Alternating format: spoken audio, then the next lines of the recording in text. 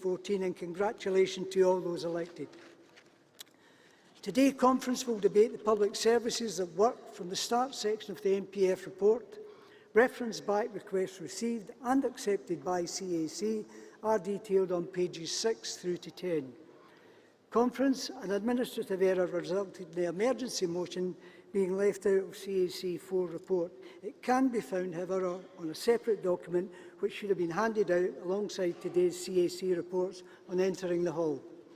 Conference, can I ask those in the hall to use the litter bins provided and not leave rubbish in the conference hall all around the centre? Please remember that the CAC does not permit the unauthorised sale or distribution of any material, including leaflets, within the conference centre. Stewards have been instructed to ensure that this ruling is strictly adhered to. For those people wishing to use Life Luggage facility today, this can be found in the M&S Bank Arena next to the Conference Services Unit office. The opening hours are 8 until 3. Conference should know that this is different to the information in the original delegates' report. Finally, Conference, I hope everyone has had a positive and productive and enjoyable conference. The CAC would like to thank everyone who has spoken in our debates to date in a constructive and positive way, and to the NEC chairs who have done a difficult job fitting in a large amount of important business today. Both the staff teams and CAC review conference each year, and I ask everyone to complete the survey that will be sent out following conference. It really is important to CAC to get the feedback that you have to ensure that the conference is all about you, the delegates, at the end of the day. Without that feedback, then it's difficult to look.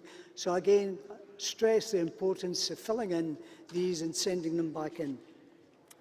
Finally, I'd also wish to thank to join me in thanking the stewards, accessibility stewards, police, security staff, contractors and venue staff for all the hard work they've been done during the conference.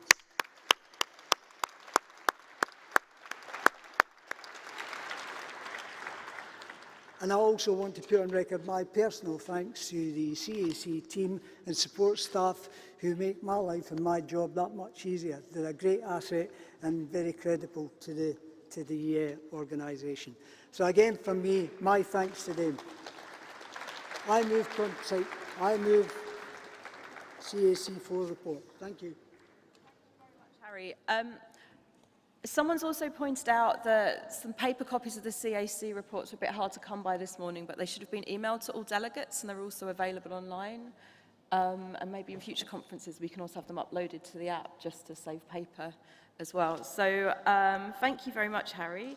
I also know we're going to take someone who's got a question for the CAC about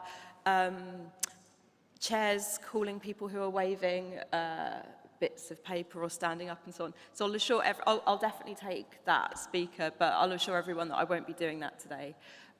So do we have any questions for the CAC report?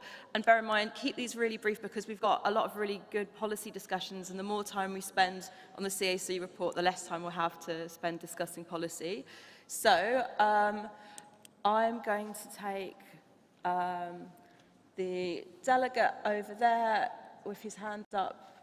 Yep, you, sir. And then also delegate in the white T-shirt and the black, is it a bomber jacket or something? You, yes. And also delegate at the front there in the grey jacket. And then the person with the accessibility steward as well.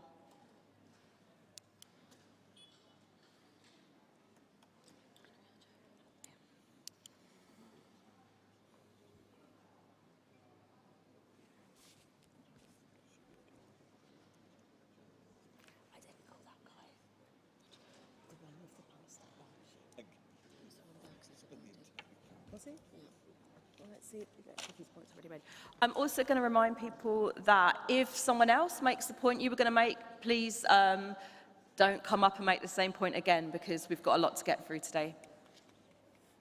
Thanks, Mark. Absolutely, bear with me. Good morning, Conference. Emily Pomeroy-Smith, South West Wiltshire CLP, not a first-time delegate, but a first-time speaker, proud Unite member, and not a PPC yet. My favourite thing about coming to a Labour Party conference, apart from all the swag, is getting to hear from the wonderful, passionate and diverse delegates on this floor. Because as we know in the Labour movement, representation matters. Participation in our party's great democratic process should be open and equal for all. And as you will see on page 4 of your CAC report, under time limits for speakers, and I quote this rule. This year, multiple chairs appear to have forgotten this rule. Delegates, I get it. Many want the opportunity to speak on this stage. However, this rule was brought in to ensure equity of access, and let's face it, no one wants to return to the flags and umbrellas of conference past. Now I am here, I can see why certain sections of the hall are struggling to get seen. That, delegates, is an access issue. Thank you very much, Delegate. It's only 1 minute to the CAC I report. appreciate that. I'm requesting a reasonable adjustment based on the severity of the topic that we're talking about. Thank you. And I hope that everyone will give me that benefit. Thank you. So now that you have had a taste of what it is like to not be seen, perhaps you will join me in asking the CAC, will they ensure that those chairing sessions follow the rules stipulated and also commit to working with disabled representatives such as Disability Labour to ensure that future conferences are truly accessible?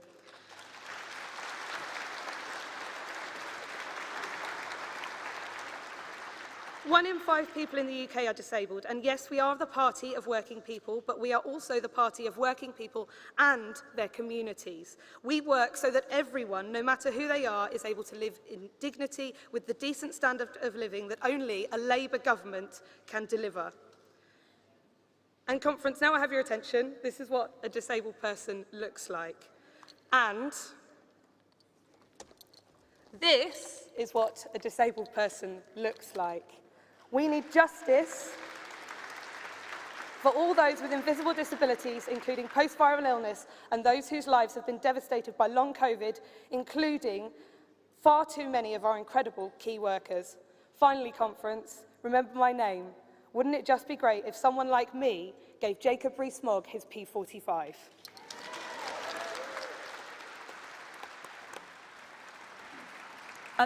Thank you very much, Delegate.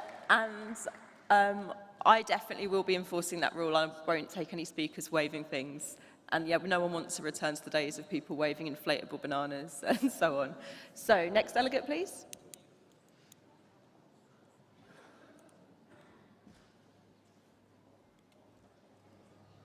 Great. Thanks, Chair. So earlier in conference, I got up to inform you of the issue of it being very dark in places. People couldn't be seen with their hands up. And yesterday afternoon, we had the same problem with the Chair saying it was very dark. She couldn't see who was waving, who had their hands up. But then we had a very close vote on a reference back, which was taken twice. And then the Chair said, quote, we're going to have a card vote then. And then some random bloke, no one knew who he was, hadn't been introduced to us, whispered something in her ear, and then suddenly, miraculously, she knew the result of the vote. Well, given that she'd already said it was very dark, and the card vote had been called for, does the CAC think that this behaviour is in line with our rapidly waning claim to be a democratic party, and should the vote be rerun to check we got the right result? Thank you. Thank you, Delegate. Next delegate, please.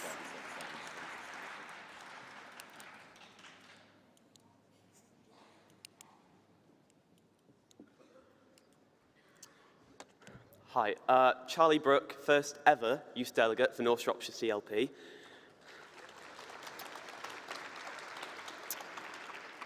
Throughout conference, there seems to have been a lack of representation of speakers from the West Midlands region just over there. I'm not sure if this has to do with anything about visibility, but it seems that this has been a continuous issue, whoever is on the panel. So I'm just wondering if there could be some sort of reflection done for next year's conference to make sure that people who are speaking represent people in different regions to make sure that there is a diverse choice of people up here. Thank you. Thank you very much, Delegate. Yep, come on up. It's this way round, isn't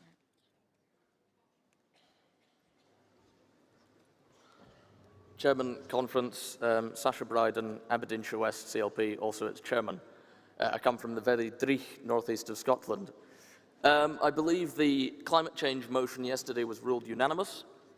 It was not unanimous. I personally voted in defence of my region's industry and workforce.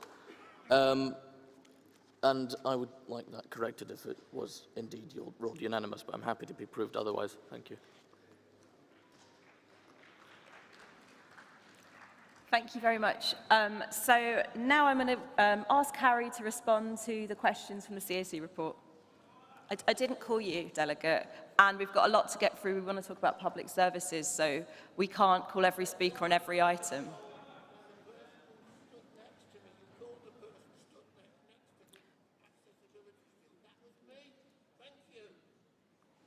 Harry?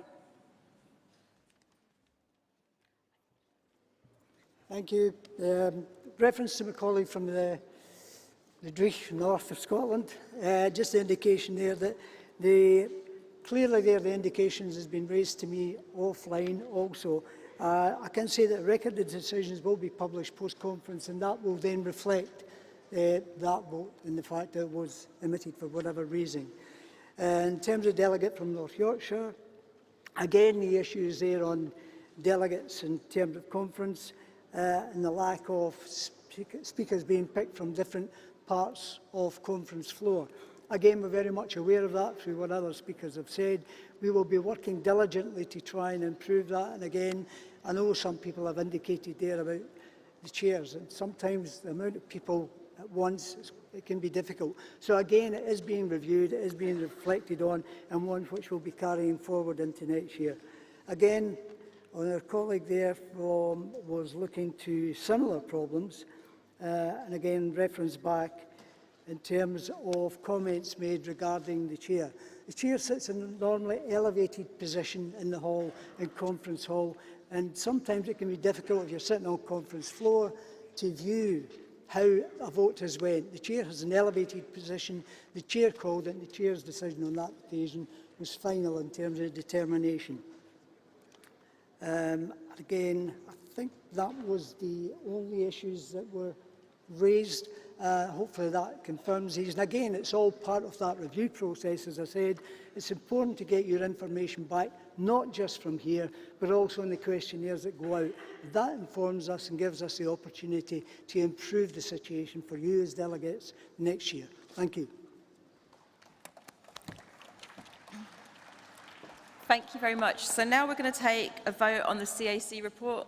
All those in favour of accepting the CAC report? Thank you. And all those against? Thank you very much. Anyone abstaining? Thank you very much. So that's carried. So massive thank you to Harry, Holly, and all of the Conference Arrangements Committee.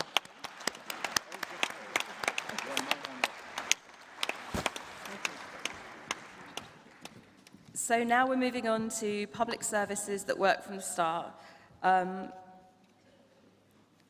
And we've got two final composite motions as well, motion 15 on health and 16 on early years and childcare, as well as an emergency motion on support for children and families. So to start us off, I'd like to welcome our Shadow Secretary of State for Health and Social Care, Wes Streeting.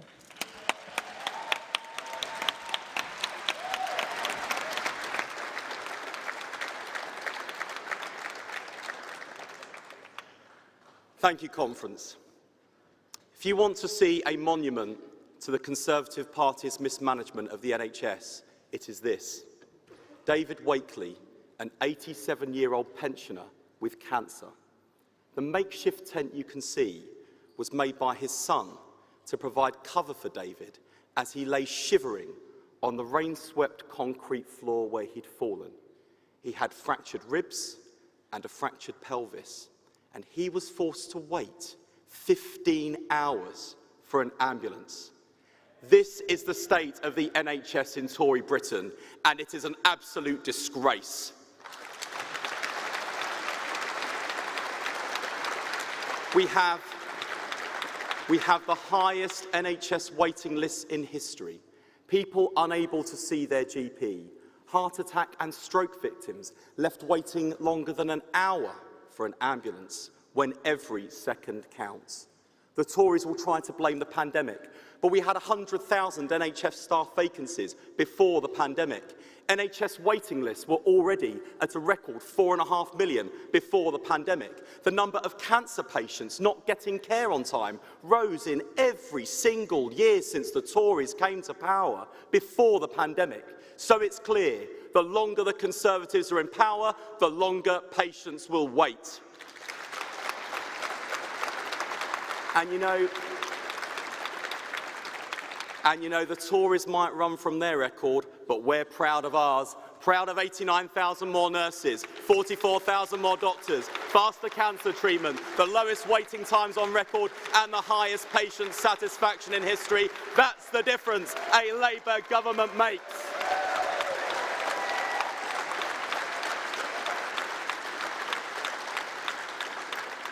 But the challenge today is even greater than it was in 1997. The very principle of an NHS publicly funded, free at the point of use, is now under attack. Conservatives who spent the last 12 years running down the NHS are now using their failures to claim that the NHS is beyond repair. Lots of you know that I went through kidney cancer last year, and when I received that cancer diagnosis, there were so many things I had to worry about. But the one thing I didn't have to worry about was the bill. So to those who argue that we should abandon a publicly funded NHS free at the point of use, I say, over my dead body.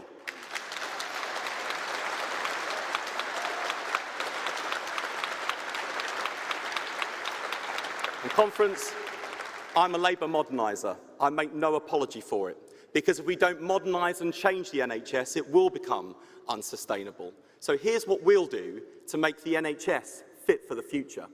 Without a workforce plan, the Conservatives have no plan for the NHS.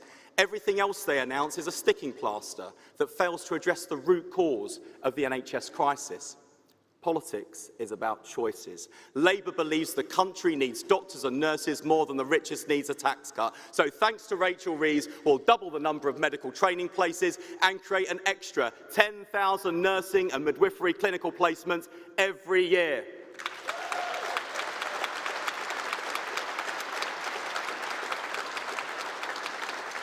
More doctors, more nurses, lower waiting times, higher standards for patients. That's the Labour pledge at the next general election. And of course, alongside investment will come the change and modernisation that the public are crying out for. Voters won't accept pouring more money into a 20th century healthcare that isn't fit for the future. We don't focus nearly enough on prevention, early intervention and care in the community. Because people can't see a GP, they end up in A&E, which is worse for them and more expensive for the taxpayer. Because people can't get the mental health support they need, they reach a crisis point, which is worse for them and more expensive for the taxpayer. Because people can't get the social care they need, they're left stuck in hospital, which is worse for them and more expensive for the taxpayer. So the next Labour government will agree a 10-year plan with the NHS to shift the focus of healthcare out of the hospital and into the community.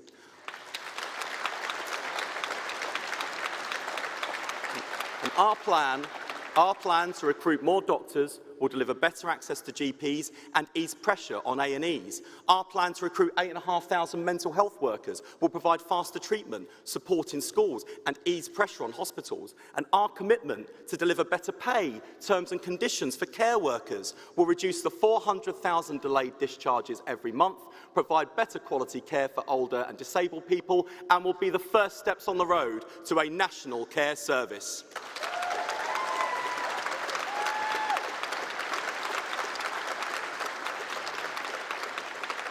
And, you know, there are so many people in hospital who wouldn't need to be there if we could provide quality care at home. District nursing will be at the heart of Labour's plan. The Conservatives have cut 4 in 10 district nurse posts. Labour will double the number of district nurses qualifying every year.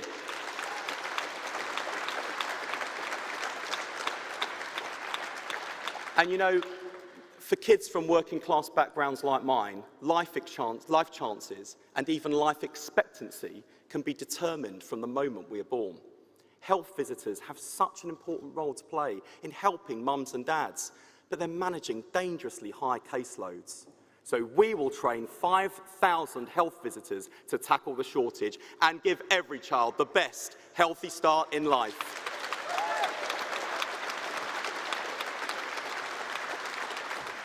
And you know, our 10-year plan for the NHS will be the antidote to the Tory miserablism about the NHS and its future. I want Britain leading the revolution in medical science and technology. It offers a world of possibility for the NHS to transform patient care.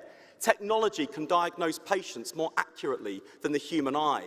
Virtual wards allow patients to receive hospital care at home. But the biggest prize of all is the advance in genomics and the data revolution that will allow us to transform our model of care from one that diagnoses and treats illness to one that can predict and prevent it. This will be at the heart of Labour's 10-year plan for change and modernisation, and so will higher standards for patients.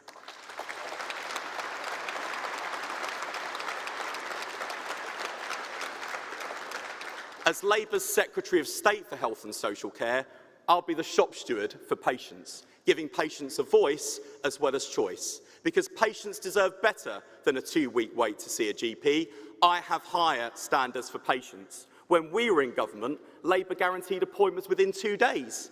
So Labour will give all of patients the ability to book online, the opportunity to self-refer to specialist services where appropriate, and a wider range of choice so that we can choose whether we want to see someone face-to-face or on the phone or via video link. The days of waiting on the phone at 8 a.m. to book an appointment with your GP will be over, and we will bring back the family doctor.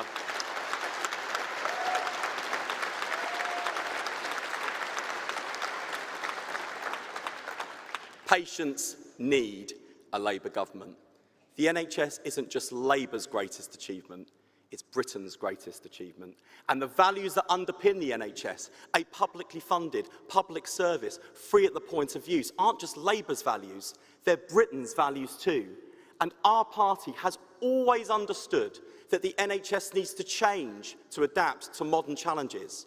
So now it falls to our generation. No more overflowing A&Es and waiting weeks to see a doctor. No more patients dying before they can get the treatment they need. No more staff in tears leaving the NHS broken and exhausted. No more cancer patients left under makeshift shelters in their gardens, waiting 15 years for an ambulance. No more of that conference. Instead, we'll deliver a Labour government, empowering patients, cherishing staff, shifting to prevention, caring in the community, giving real choices, tackling inequalities, building a national care service and an NHS fit for the future. Let's send a message to Britain Conference that cavalry is coming with Labour. So let's go out there and win for Labour, win for the NHS and win for Britain.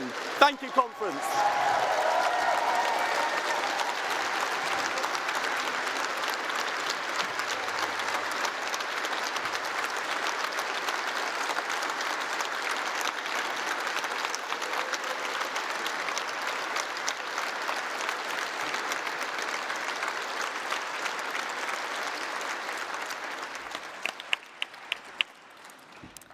Thank you very much, Wes. We've got a lot to get through, so I want to progress some of the business, starting with the references back, which come from Socialist Health Association, Labour International CLP, Beverley and Holderness CLP, Sutton and Cheam CLP, of course, and Dulwich and West Norwood CLP. And can I also ask that the people who are moving and seconding the motions also register at the Speaker's desk? So, delegates for the reference back, please come forwards. No, we're going to do the reference back, then you. It worked quite well yesterday, which is quite simple. Okay, thank you. Hi, my name's Coral Jones. I'm a GP and I'm doing the referral back for the Socialist Health Association for page 46 of the National Policy Forum report.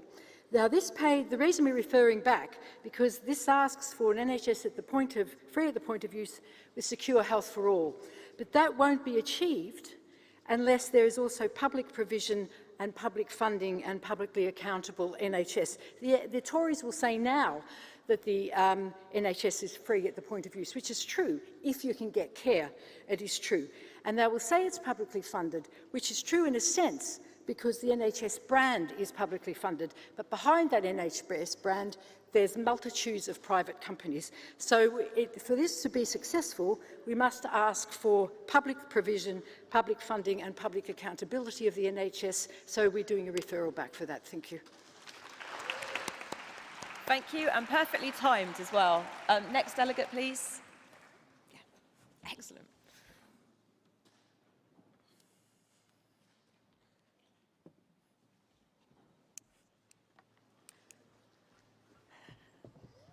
Hi, morning everyone. I make no apologies for being back up here. I'm really sorry about that. Thanks, Alice. My name's Liz Martin, of course, Sutton and Cheam CLP. I'm also Media Officer for the CLP and proud member of Unite the Union.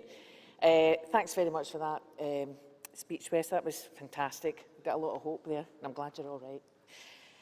I'm here to move this reference back. Whilst being financially sustainable is one aspect of funding, the NPF should consider including text that local government should be adequately resourced to deliver effectively on priorities around social care, mental health and SEND. Social care, we need some. There's almost now a £4 billion black hole in funding. The Tories have let it fail, yet Johnson claimed he'd fixed it when he left office. No, the horrifically cruel lack of funding for mental health services, and that's the profession I work in, epitomises the Tories' lack of humanity and compassion for their fellow suffering human beings in crisis and needing help now. Then finally, SEND provision. Councils have faced a decision of whether to meet their legal obligations and get into debt or ignore them, save money and leave those most vulnerable without the help they need. The damage this causes families is incalculable, yet you just need to follow the Let Us Learn Too campaign to see this. In my own borough of Sutton, the Lib Dem run council have spent huge amounts fighting family appeals, whilst our Tory MP and his party have continued to financially deprive vital local services. I would therefore ask the conference to support this reference back, and I can't wait to get a Labour government. Solidarity.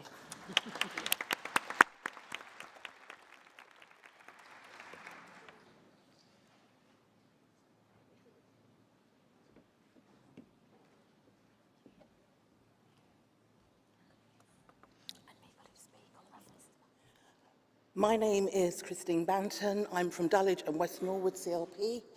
First-time candidate, first-time speaker.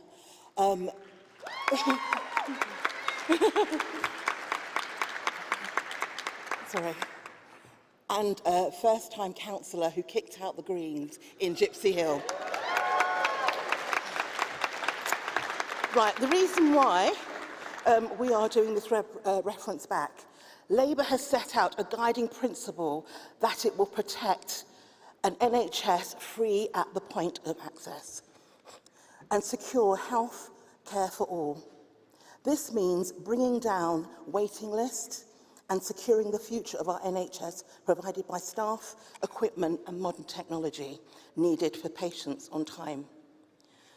The recent ethnic inequalities in health, a rapid evidence review from the NHS Race Health Observatory, highlights the poor experience and worst health outcome experienced by Black and Asian minorities group in the NHS. This is relevant and acknowledges, in its findings, suggest amendments and add sentence at the end of paragraph, the Commission Labour Party take note of the health outcome inequalities identified by ethnic... Delegate. Sorry? Okay. And I just want to say, actually, I do know this firsthand, working 5 years in mental health and seeing the disparity of treatment for Black, Asian, ethnic minority, while everybody else was offered therapeutic care, we were offered drugs. Thank you. Thank you so much.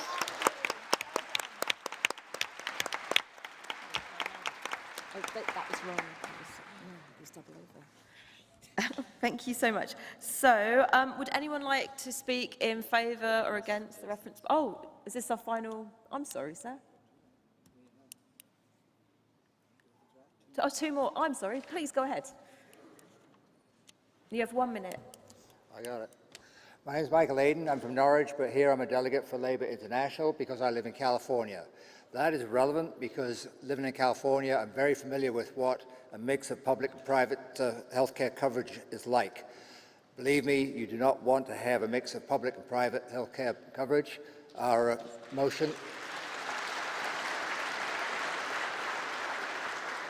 Well, they just used up 3 of my seconds. Thanks very much. For 30 years, I was a union rep for healthcare professionals. As such, I got to interact with people like Greg Adams, who is the CEO of Kaiser Permanente, and they could afford to pay him $6 million a year to be a CEO like that. I don't think that's where you want your NH money to go. My son was born in California.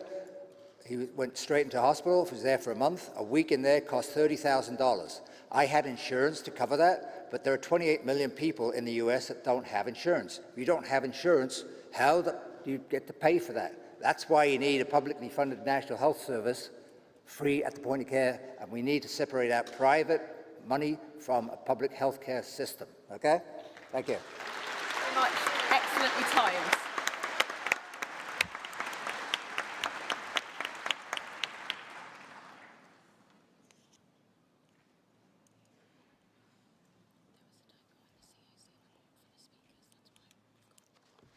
Jack Ballingham, Beverley Holden, a CLP, a newly elected member of the MPF. I actually want to talk about education rather than health. The reasoning for this reference back wasn't actually included in the CSE report, so if I take a bit longer to explain it, that's why. I want to reference back the entire section of the MPF that deals with education for one very simple reason, and that's because it doesn't mention higher education or universities at all. Students now face many crises. Students will be among the hardest hit by the cost of living crisis. The government is cracking down on students' right to organise with its so-called free speech bill, and there is a chronic housing shortage for students. In places like Manchester, Hull and Durham, there are no places left to live for students. And yet the press is silent about these crises, and the Tories are silent about this crisis. But unfortunately, Conference, our party is seemingly silent about this crisis too. Shadow ministers sadly seem uninterested in these issues as well. Conference, students are not an afterthought, and we are not an embarrassing sideshow for our party. The MPF must reconsider this section in consultation with the National Union of Students and the University and College Union. Our party must be committed to breaking our marketised education system, establishing a national education service and, yes, abolishing tuition fees. Conference, please support the reference back.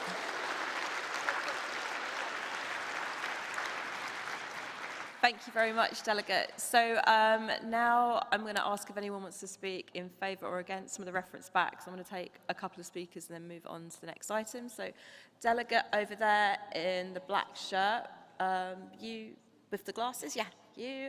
Delegate there. Oh, by the way, can I also ask if you've already spoken at conference, please don't put your hands up because I'd like to take people who haven't spoken before. And I might not have, thank you. I may not have been in all the sessions, so if I accidentally take someone, I'd prefer it to be someone who hasn't spoken. So delegate there in the floral, yes. And I'm going to take someone from over here. Delegate in the, is it blue or grey? There? Grey. With your hands up there. Yep, you. Anyone else? Oh, yeah, you've still got your hand up, but I did call you. Yeah, you. Okay, go ahead. Good morning, Conference. Sarah Halliwell, Derbyshire Dales, COP, proud member of Unite Communities. I am standing here as a neurodiverse woman who's bred her own small neurodiverse tribe. I discovered I was on the autistic spectrum when my youngest child got a diagnosis. Like many women, I've been failed by a diagnostic system that does not support women's diagnosis. I'm a proud member of a Labour Party that fights for mental health services for young people. My youngest son, was born under David Cameron as lead, saying that mental health services would have parity of funding. My son has been under CAM since he was 8 years old. If I tell you that he spent nearly 3 years out of education because our government failed to supply his identified needs. There's been failure of social care. I see young people in my community regularly 2 years out of education, desperate, suicidal, with an 18-month wait for CAMHS access. That is reprehensible. Autistic young people have a limited opportunity to succeed in the workplace. We have brilliant ways of thinking. We have innovated and we are the future. If you want to look at the history of our nation, autistic people, we've led the way. We should not fail autistic people. I commend you to support this reference back.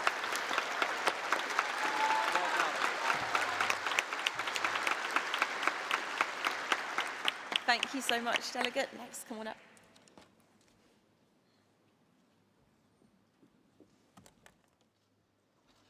Good morning, Conference. Siogene Okonodo, representing Hackney North and Stoke Newington.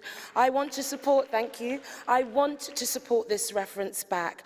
I feel obligated to let you know that Black women are disproportionately, the statistics are disproportionate in terms of infant mortality and also in terms of dying while trying to give birth or having children. In addition to that, Black men are disproportionately sectioned and overloaded with drugs rather than, as the lady who spoke earlier said, given therapeutic treatment. I don't know why this is. I'm sure that it's a cultural thing. You know, women like me are seen as aggressive, apparently, angry Black women, but we're not, we're just passionate. Conference, please support this reference back. Thank you.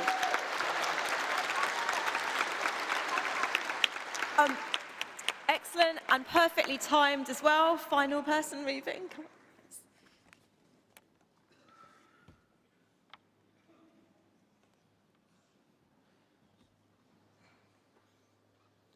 Jacob Garina, Guildford CLP Youth Officer. First-time delegate and first-time speaker.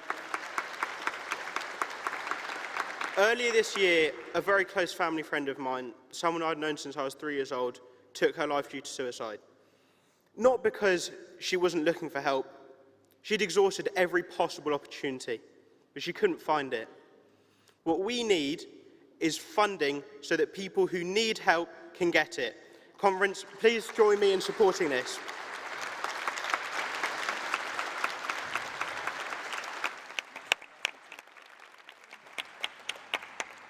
Thank you very much. So now I'd like to welcome our Shadow Cabinet Minister for Mental Health, Dr. Rosanna Allen-Carr.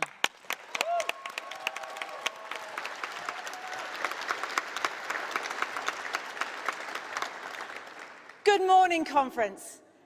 And hasn't it been a fantastic week? I'm so proud to be part of the Labour team, a team with one goal, getting Labour back into office.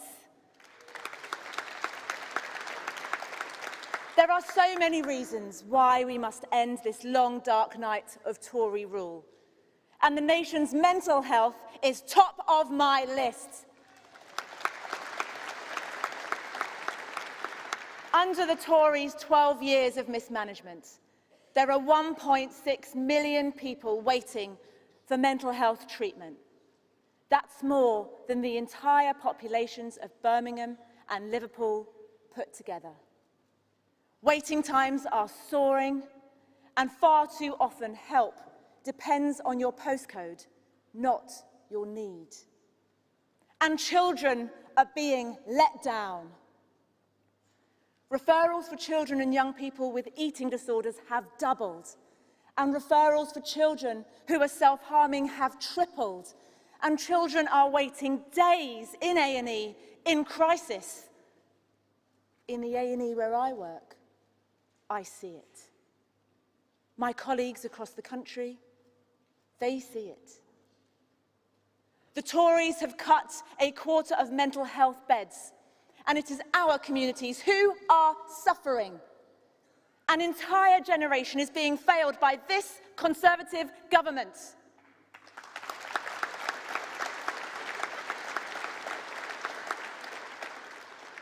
This mental health crisis is wrecking the British economy. Last year, 18 million workdays were lost to mental illness.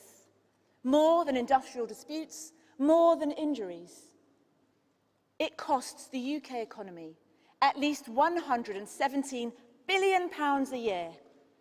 And who does the cost of living crisis hit the hardest? Those already living with mental illnesses. Do you remember Thatcher's Britain?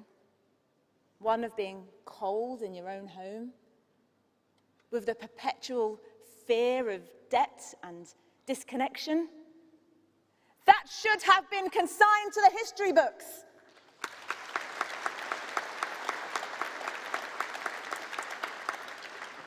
I remember all too well my brother, Mum and me gathered around the only heater for moments of relief from that gnawing, biting cold that saps your energy and robs you of your concentration.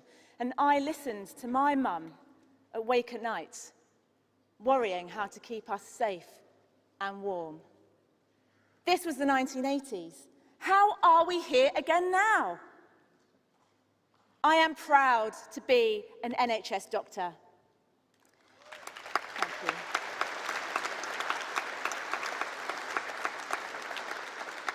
And I'm also proud to be a socialist.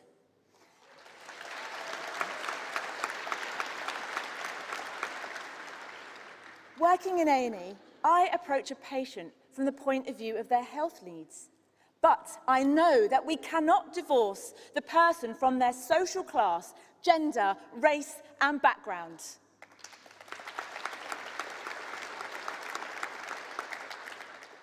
The gig economy, soaring bills, rising crime, a brittle and divided society, a broken social media brimming with hate for millions. Modern life means poor mental health. And if ever there was an argument that prevention is better than cure, it is with mental health. We know that the longer mental illnesses are left untreated, the harder and more costly they are to treat. I met the fantastic team at Paul's Place here in Liverpool on Monday.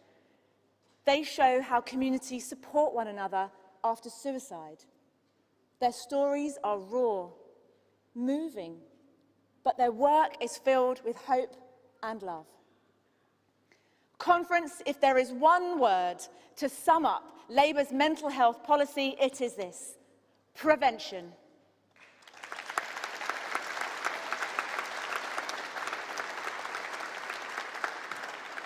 The next Labour government will guarantee NHS health support, mental health support, within a month. And when I say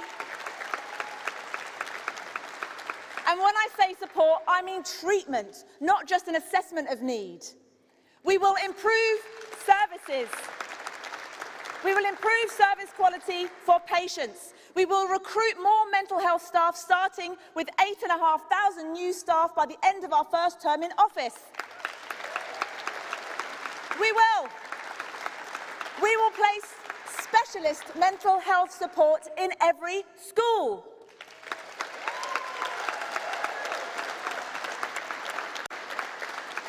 We will establish mental health hubs for young people in every community, open to under 25s with no need for referral. Yes. And finally, we will guarantee a fair share of funding for mental health.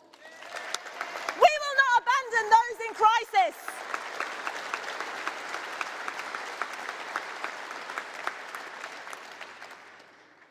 Whenever I meet patients and staff all over the country, people ask me the same thing. What practical difference will Labour's pledges make to me? It's a good question, but Conference, here's the answer. Our resolute commitment to prevention, early intervention and timely treatment will make the difference. I'll never forget the sight of a father with an ashen face being brought into A&E in a wheelchair with his teenage daughter on his lap. She was covered in cuts and her body emaciated. How is it fair that in Tory Britain, parents have to give up work to be on suicide watch because they cannot access timely CAMHS support?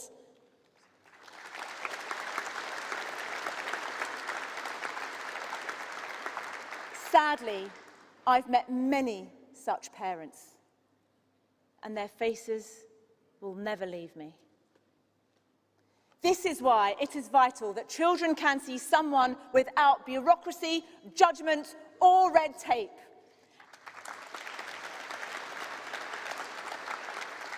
And our new mental health hubs will make a difference. Labour will make the difference. And what a contrast to Tory indifference!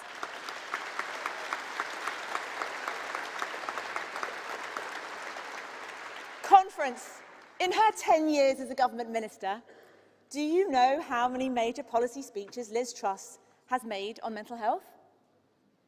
Not one! Her reckless mini-budget has left people terrified. Terrified of what's to come this winter, terrified of how to support their families, terrified for their futures. Liz, you can't skip the blame for Britain's mental health crisis.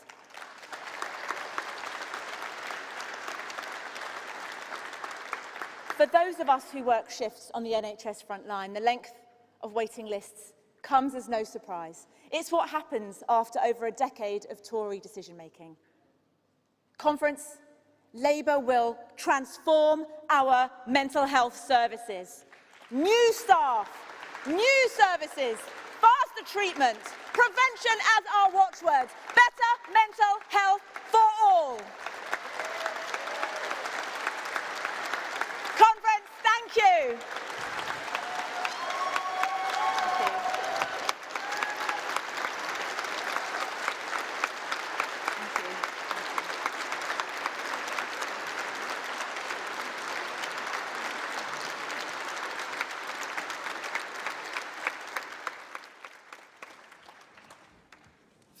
Thank you, Rosanna. Thank you, Conference. I'm not Alice Perry, I'm Mark Ferguson, but please do bear with me. We now move to our motions listed from page 10 of the CAC report. We start with Composite 15, moved by the Socialist Health Association and seconded by Lewisham Deptford CLP. Do we have the mover and seconder?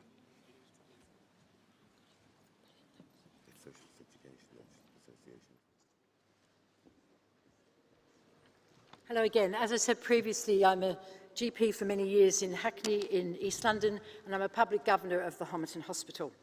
As Rosina and Wes have said, the NHS is not failing. It has been deliberately failed for 12 years of Conservative mismanagement, underfunding and corruption, which risks lives and puts staff under enormous pressure.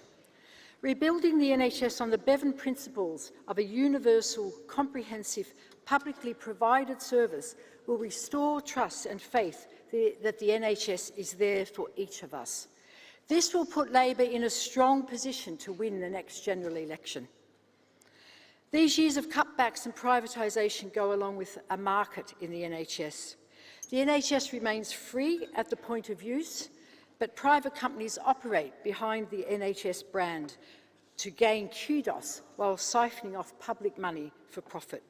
The most glaring example of this was the so-called NHS Test and Trace, which was completely private, hugely expensive, ineffective and cost thousands of lives while enriching Tory party donors. The Bevan model of universal healthcare is cost-effective and equitable, as the profit motive is removed from planning and delivering services. In July, the Health and Care Act was passed. The NHS is no longer a national health service, but fragmented into 42 separate integrated care systems. This is a model with public-private businesses copying the American system. Healthcare is decided by finances available and not clinical need. Each area has a capped budget, which allows the private sector to fill gaps when the NHS is cut back and patients are denied care. Using the private sector more will not bring down waiting lists. The private sector is already deeply embedded in the NHS, and this has not helped waiting times. The private sector has a limited capacity to expand and depends on poaching staff from the NHS. What we need now is emergency funding, more staff with better pay and unionised jobs, reopening closed NHS beds and theatres, and permanently build up NHS capacity to deal with the backlog. So to secure healthcare for all, free at the point of use, we call on the front bench, which aren't there anymore, to repeal the 2012 Lansley Act and the 2022 Health and Care Act, reverse and eliminate integrated care systems, to avoid any hint of Tory sleaze. Labor MPs must not accept donations from corporate health lobbyists. And we must bring in legislation for a universal, comprehensive NHS which is publicly funded, publicly accountable and publicly provided. Please support this motion so we can get into government at the next election. Thank you very much. Thank you, Delegate. And can I have the seconder, please?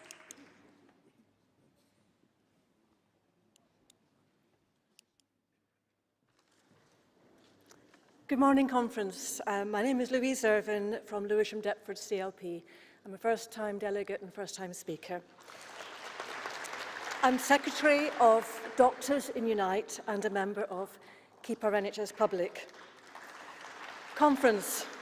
As a GP for 30 years, it breaks my heart to see the suffering of patients as they wait in pain and anxiety for the care they need, whether for hospital, GP or mental health services, and the anguish of NHS staff trying to deliver good care with diminishing resources, all made worse by this government's grotesque mismanagement of the COVID pandemic response and its neglect of public health throughout 12 years of austerity. I dread the coming winter. Increasing poverty, cold and hunger will cause more illness and suffering and push the NHS beyond breaking point. This is a life and death issue. It is the result of 12 years of Tory underfunding, understaffing, and in England, a process of privatisation that has fragmented services and squandered resources on the market and private profits, as we saw during COVID. But it doesn't have to be this way. I was a GP under Thatcher's government and well remember the awful NHS crisis then. Patients lying for hours on hospital trolleys and year-long waits for hospital appointments. Sound familiar? And I vividly recall the difference the Labour government made when it came to power.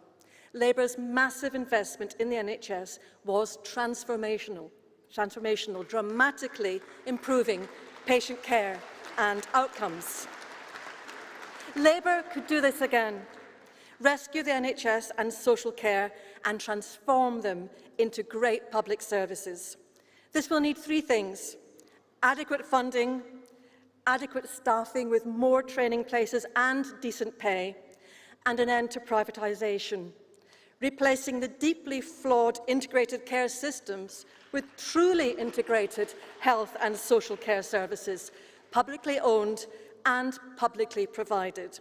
Labour can win the next election with such a vision. It would be immensely popular, save lives, improve everyone's well-being. Practically, morally, economically, it's the right thing to do. Conference, please support this motion wholeheartedly. Thank you.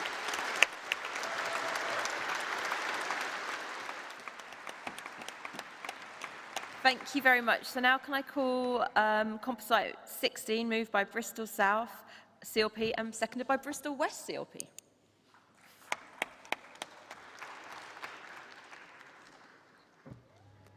Joanne Kay, Bristol South, moving Composite 16, first-time delegate and first-time speaker. Conference, in 1997, while pregnant with twins and advised to be on bed rest, I ignored medical advice on May the 1st to get out of bed and waddle the streets to get the vote out for Labour. I put my toddler son in his pushchair and I took him with me that day to vote Labour.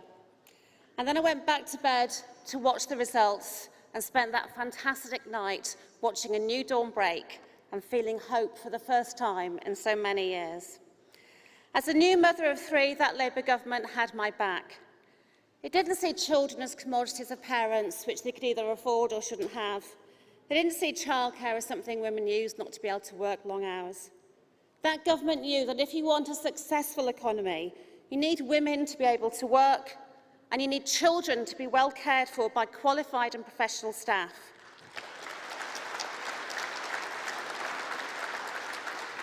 They knew that far from being commodities, children who are well cared for and are in childcare that links into our nursery and primary education, those children do better. Those children thrive, and they're more likely to become the skilled workers of the future that our economy will always need. From working tax credits, Sure Start centres, the above-inflation rises in child benefit and the introduction of free nursery places, that government gave a strong message to me that it was on my side, that my children's care and education mattered not just to me as a parent, but to society and the economy as a whole. This motion calls on the next Labour government to place childcare back where it belongs, as part of our economic strategy, ensuring that all parents have access to quality, affordable childcare, which helps their child to develop and grow, and allows those parents to work and make sure we don't lose the skills of parents just because childcare is too expensive. This won't only make the lives of parents less stressful, but it will make our economy stronger and reduce child poverty. This strategy also needs to recognise the often overlooked fact that care work, whether for children or the elderly, is every bit as important to the economy as the skills such as engineering and green energy, and Conference, those jobs should be paid just as well. Conference, like most parents, I wanted a better world for my children than I had. And this vicious government have taken that away from them. Those twin babies that waddled around with me on May the 1st are now 25-year-old women and Labour Party members. And if they become parents, I want them to feel that Labour government has their back too. But most of all, Conference, what I want for them is a night like May the 1st. They'll be out on those streets, getting the vote out for Labour, and after this week, I feel we are so much closer to that new dawn of hope. Conference, I move.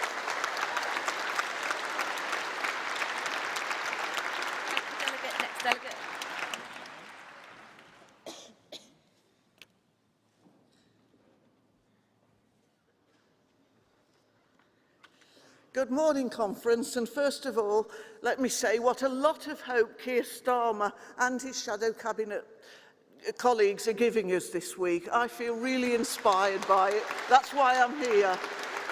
Like Joe, first-time speaker, but think of this as a Bristol duet between Bristol South and Bristol East, and I hope you like it. As Rachel Reeves, Labour's knowledgeable and highly competent Shadow Chancellor, unlike others we could mention, how long will he last? Anyway, as Rachel said earlier this week, Labour is the party of social justice and economic responsibility. This motion hits the target for both of these. It increases capacity within the UK workforce across the piece. It makes families better off. It will allow parents, especially single parents, who are mainly, of course, not entirely women, as we all know, but mainly women, to develop their potential within the employment of this nation and to reach their true potential via employment and training opportunities.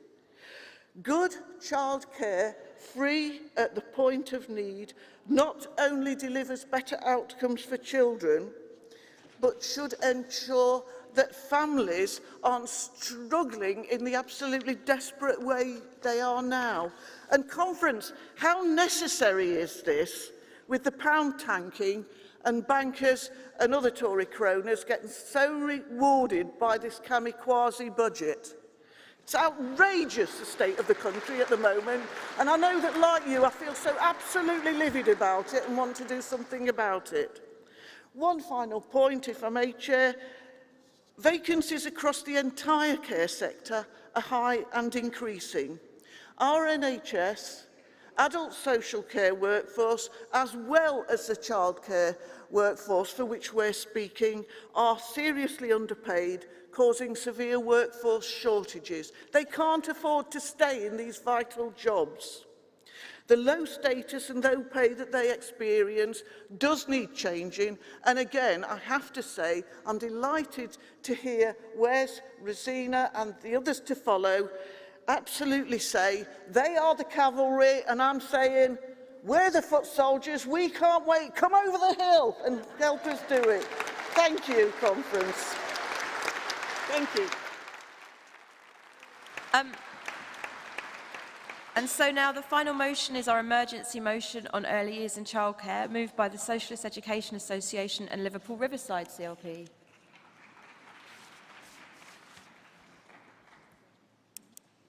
And while we're waiting for them to come on, I'm just reminding people that when we have the policy debate, if you've already spoken, please don't put your hands up and let other people speak.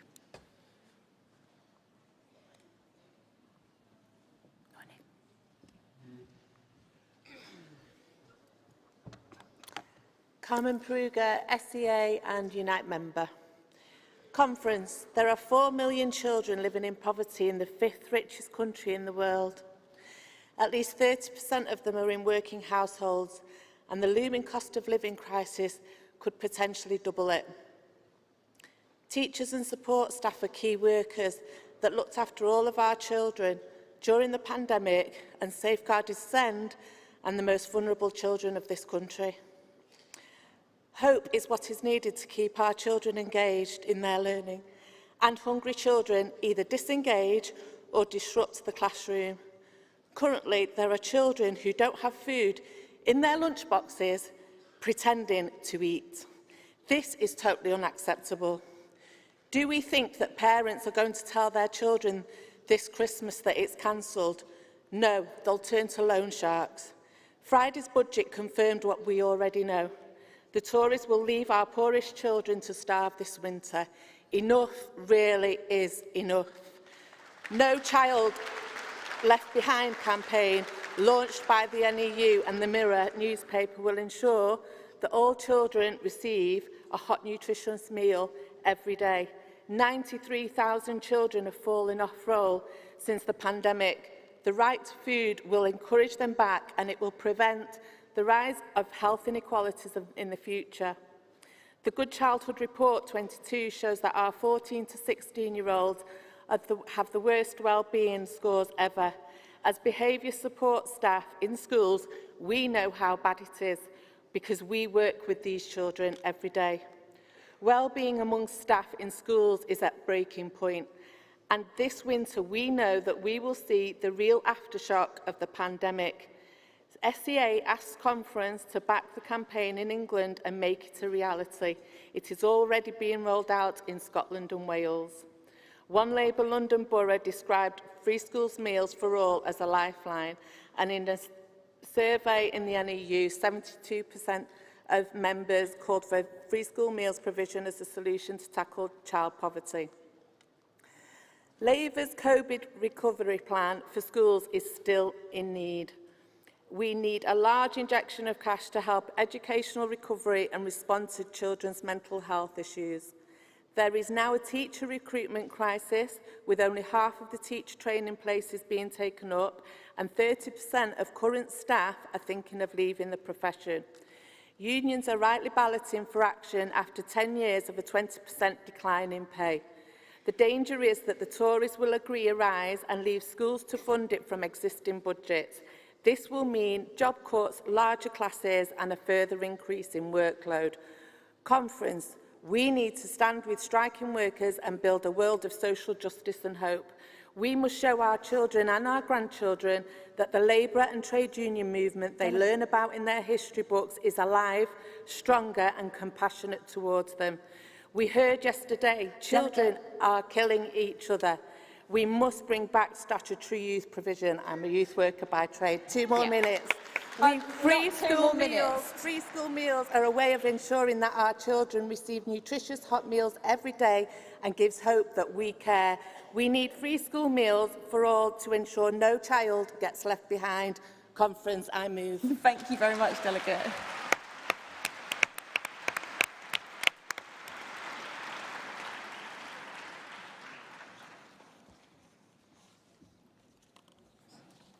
Thank you. My name's Najra Elliott from Liverpool Riverside CLP, first-time delegate and first-time speaker.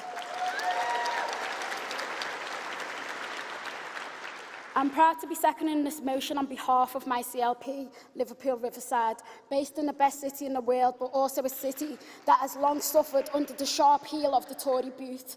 From Thatcher's devastating policies of managed decline in the 80s when I was growing up, to the austerity policies of the last decade that have crippled our public services. We're a city that has faced a lot of adversity. We have some of the most deprived wards in the entire country, but we are a proud city and a proud people, and we will always fight back. Last week we saw a budget delivered by the rich for the rich. As with Thatcher in the 80s, they are still waging a class war against us. Tax cuts for the billionaires, record profits for energy giants, and nothing for the rest of us. We are now facing the worst plummet in living standards for 100 years. Every single day we're seeing headlines about that people in this country, the 5th richest country in the world, will die from cold and hunger this winter. In Liverpool Riverside, before the cost of living crisis, 11 children in a class of 30 were already living in poverty. Now, after 2 years of the pandemic, which has widened the already gaping inequalities in educational attainment, levels of child poverty are rising rapidly. These children are now facing the hardest winter of their lives. In my own daughter's school, Lipper Primary, just up the road from here, they have food banks. If these children are to have a bright future where they can escape the dismal cycle of poverty that they're trapped in, we have to act and act now. We risk losing a generation to the twin evils of freezing and starving in the coming months. The No Child Left Behind campaign by the National Education Union and the Mirror has brought together over 100 civil society organisations to call for universal free school meals for primary school children. I hope the Labour Party can get behind these calls today, but hunger doesn't stop at 11, and being singled out for free school meals while at secondary school only gets stronger. We have security tags being put on nappies and baby formulas. We know that children living in poverty can no longer afford to wait for us to take action. The Labour Party must take the fight to the Tories to make sure that no child goes hungry and that no child is left behind. Conference, please support this motion. Thank you.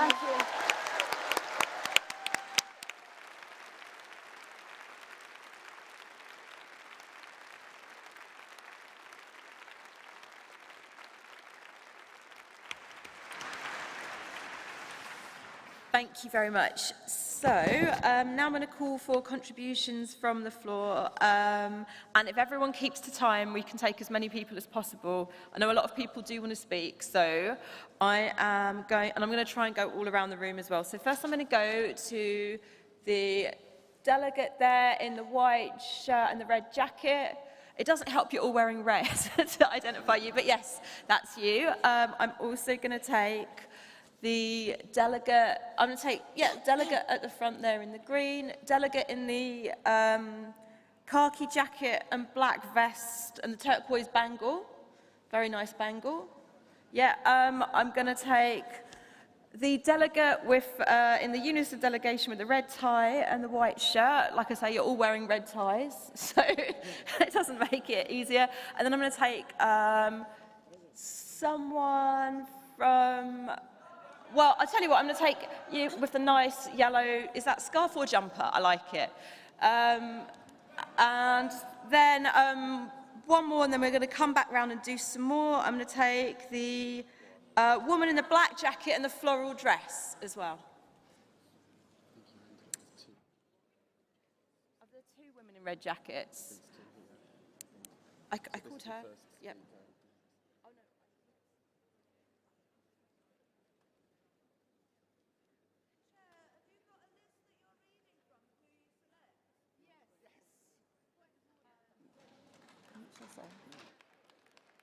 It's at my discretion who to pick across the hall, but I am going to get in as many people as possible from across the hall.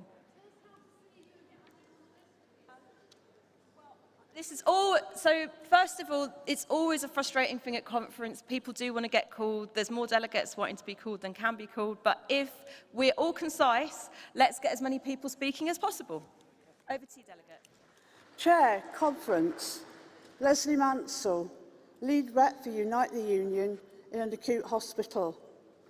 Thank you all for the support you give the NHS. It matters so much for staff. They're demoralised, dejected, but not defeated. The Tories set us impossible targets, and the NHS needs a lot of fixing. I agree with Rachel on reforming institutions. We must stop our cash being sucked into tax havens, otherwise we can't fund the NHS and the public sector properly. I agree with Angela about the need for insourcing. We are fighting privatisation all the time. Unite recently defeated another privatisation of our estates team. Beware, because private insurance companies will want to feel your purse before they feel your pulse.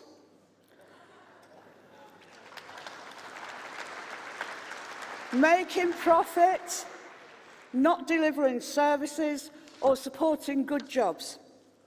It's great to hear about thousands of new nurses. We are losing our experienced staff in droves, and there's no bursaries for training. Maternity last week, the situation was so dire, patients were crying, nurses were crying, and community midwives can't afford the petrol costs. You can delay a hip operation, but you can't delay a baby being born. We all have a duty to act. Our public services may never recover. Unite members in public services have successfully taken unprecedented strike action across Northern Ireland and Scotland, and won. We may not be far behind in England and Wales. We need pay justice for our public sector workers, support the NHS fight for survival, and support the motion. Thank you. Next speaker, please.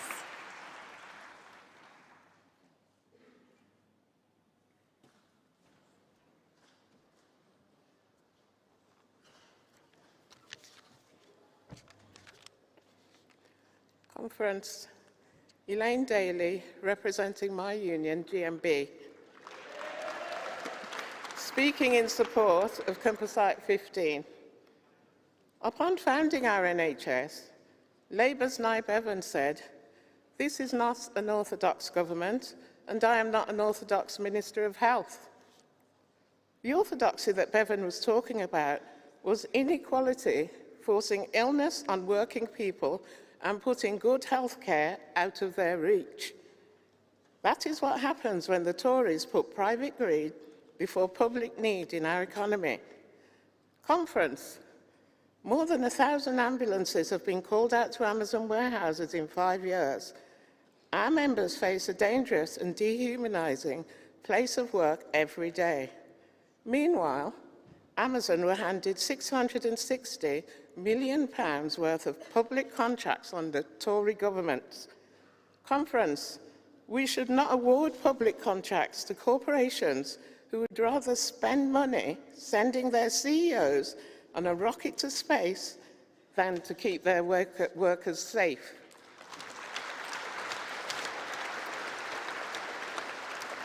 Decades of outsourcing and PFI contracts in hospitals has pushed our NHS into private hands.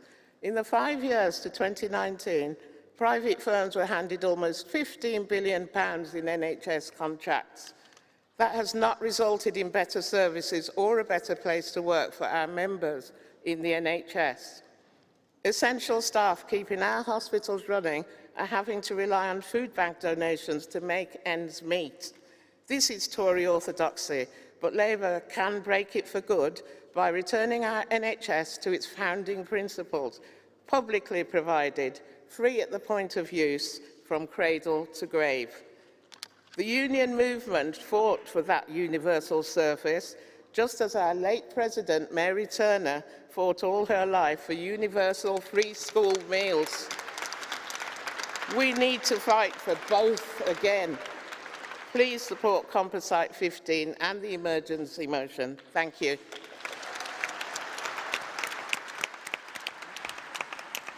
Mary Turner would definitely be very proud of this debate. Next delegate, please.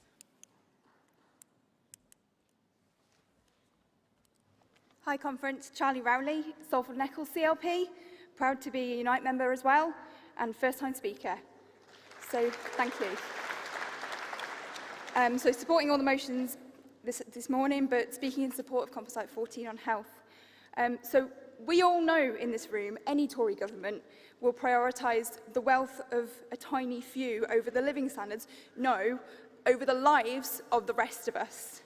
We've cycled through Tory leader after Tory leader after Tory leader after Tory leader, and it goes on. But it's not just one of them.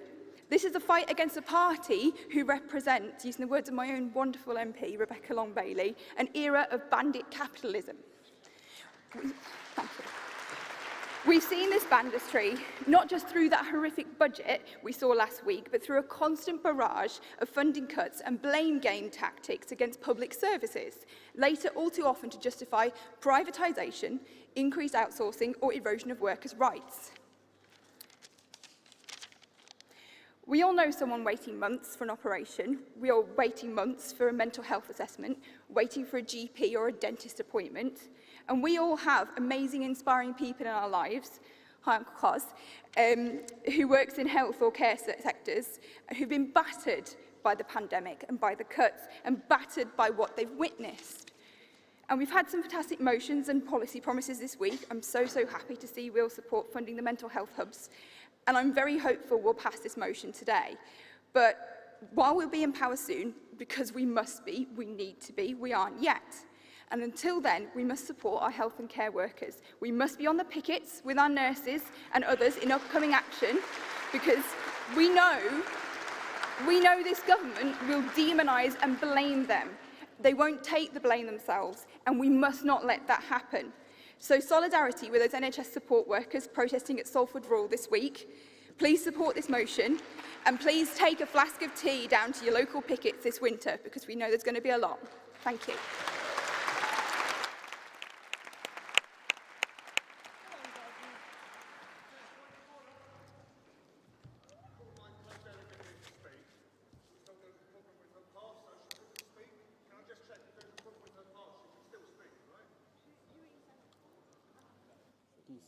Yeah, go and talk to the Speaker's desk, please. Well, I don't know, I'm not even sure. Oh, yeah, no, I definitely called her, yeah.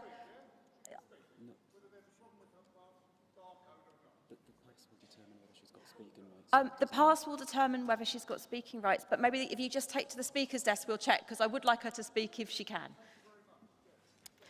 Yeah, go ahead. Thanks very much, Chair. Gordon Mackay, Unison, the Union for Public Sector Workers. Conference. As an NHS nurse vaccinating against COVID, I've seen our NHS at its best.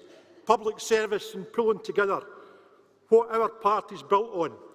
I've also seen what the Tory party is built on, greed and disregard for life. Unison members in health and social care, when COVID was tearing the breath from people, told to cut up duvet covers to use as masks or to bring in washing up gloves as barrier protection. Government guidance that masks weren't required unless patients were suspected of having COVID, although the condition would become symptomatic in a matter of hours. In the words of the Surrey coroner, it was difficult to comprehend this policy. Conference, we know why it happened. Government's unprepared, no PPE available, or that buying of it would have eaten into profits. The result was 2,500 NHS workers dead from COVID. We then had a mad scramble not to provide PPE, but to make money out of PPE.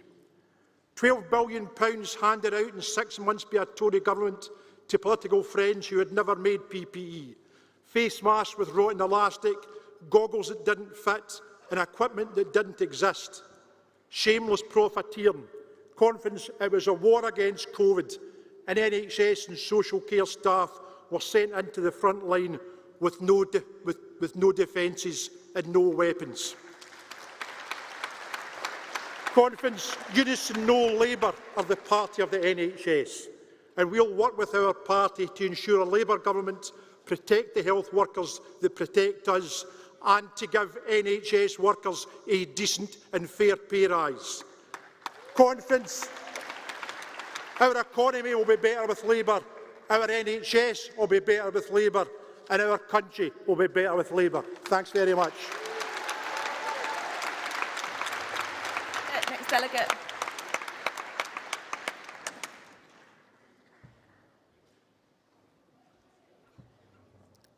Joan Evans, Southend West CLP, Unison member and proud wearer of my NHS Thank You badge, although I'd rather you stop cutting my pay.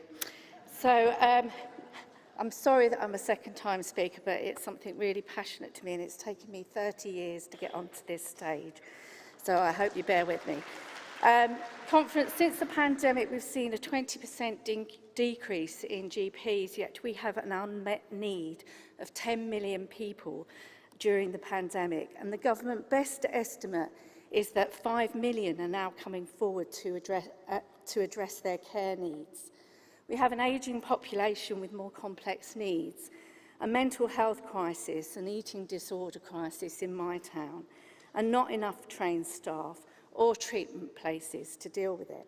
In Southend, we have 4 care homes that closed post-pandemic and a shortfall of 20 whole-time equivalents in A&E in the front-end service, and a government who stops the additional discharge funding in April, despite COVID still hitting our hospital. Whether it's Brexit, or cutting of student bursaries, or cutting of GP training places, or GPs and midwives retiring early, little joined-up succession planning has taken place during their 12 years. It's a political choice made by the Conservatives over their last 12 years. When my local new Tory MP wanted to know why we had delays in discharges, I had to remind her of the disastrous Tory policies which contributed to 100,000 vacancies we see in health and social care today. I say it was a political choice and her government's fault. She says, oh no it isn't. Well, conference, I think we know the answer to that. Oh yes it is. Thank you. Support Composite 15. Okay, next delegate.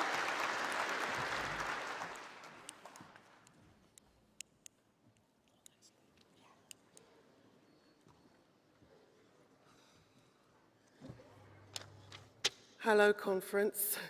I know who I am, but the machine didn't know who I was. Okay. I'm Linda Emanuel. I'm from Camberwell and Peckham CLP, first-time delegate and first-time speaker.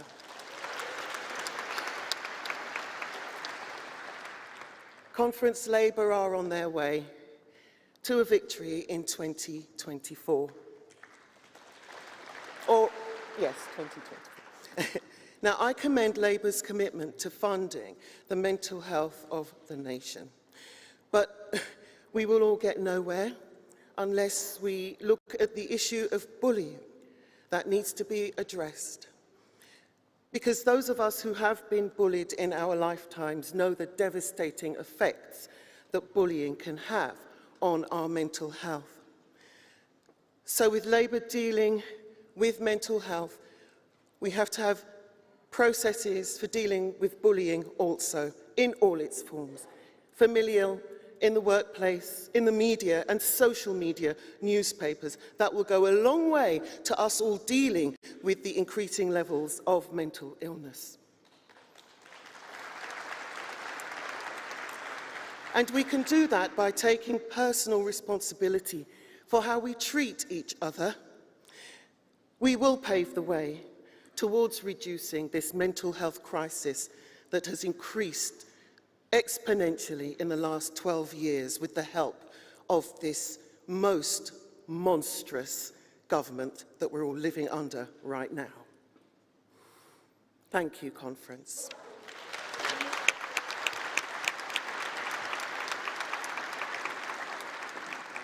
Okay, so I'm going to take another round. I'm going to try and take more CLP speakers as well. Although I'm saying we're in Liverpool and it's her CLP, so I'm going to take Kim Johnson.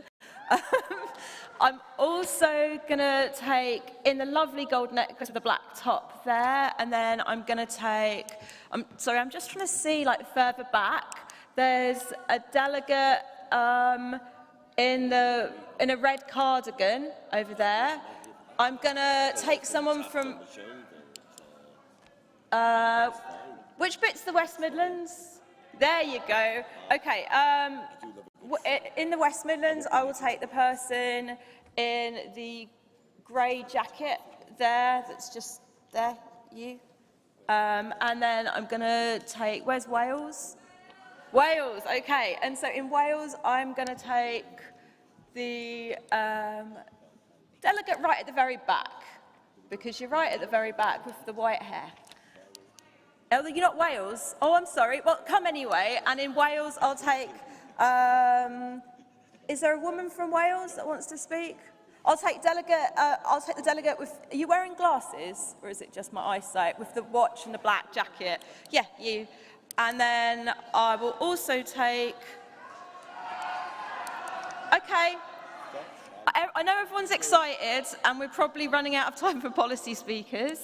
So I'm going to probably take one more person, but please don't shout, because it doesn't really help. Which CLP has been underrepresented most? Yorkshire. I'm going to take in the blue with the grey with your hand up, and the, yep, you. And we'll see if we've got any more time. Please, everyone, be concise. We might be able to take more speakers, but I can't promise. Okay. Just hear Yorkshire, I thought it would probably be very popular. Good morning, Chair. Good morning, Conference. Kim Johnson, very proud MP for Liverpool Riverside, and I hope you have had a great time in the greatest city in the world. Conference, we know that the past 12 years of austerity has had a major impact on our most disadvantaged communities and our public sector. We know that 4 million children are now living in poverty, and the majority of those are in work poverty. So this is one of the reasons that we are calling for universal free school meals. We're hearing desperate stories from teachers talking about how children are eating rubbers or standing in the playground scared not to be seen not eating. This is a crisis of poverty, and it's something that we need to do something about. And we know that the no budget that we heard on Fridays did nothing to help our most disadvantaged communities, and particularly our starving children, because that's what's happening at the moment. Our children are starving. They don't have enough food in their bellies to make sure they can learn in school at the moment. So, Conference, what I will say to you, has there ever been a time when we ask the question, can we leave children to starve? As a mother, as a grandmother, as a trade unionist, I will say to you, and I'm sure everybody in this room will say, we can't allow our children to starve. We must call on the National Education Union and support the No Child Left Behind campaign to urgently roll out universal free school meals for all children, initially primary but then moving to secondary. Enough is enough. No more starving children. Thank you, Conference. Support the composite.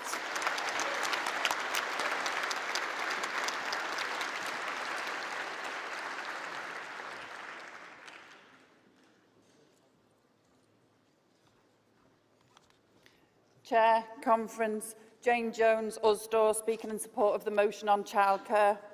Conference, as a retail worker, I've seen firsthand how difficult it is for really low paid women in the workplace, struggling to make ends meet, struggling to feed their families, and struggling to manage childcare needs. We all know childcare is extremely expensive. It's a big stretch for most parents. But for the lowest paid workers, it's not just a stretch, it's entirely beyond their reach. The lack of affordable, flexible childcare is holding women back. Many retail workers are on short hours contracts. In this cost of living crisis, they desperately need to work extra hours just to pay their bills. But the high cost and low availability of childcare means it just simply isn't possible for them. Conference, our members don't work 9 to 5, Monday to Friday. They are expected to work flexible, and their hours change from week to week. There are very few options available to them. As a result, many of them rely on patchwork informal care. Many drop out of the workforce entirely, and many more miss out on opportunities to progress. Conference, it's absolutely right that this motion puts childcare at the heart of our country's infrastructure. It's an absolute right to prioritise childcare, to support childcare workers. And it is absolutely right to support all low-paid workers, to support their families. Only a Labour government will be on the side of our members and on the side of working families and on the side of the children. So together we will win a Labour government. We will make Keir Starmer our next Prime Minister, and we will make Bridget Phillipson the Education Secretary, who will reform our childcare system and make it fit for the 21st century. Thank you.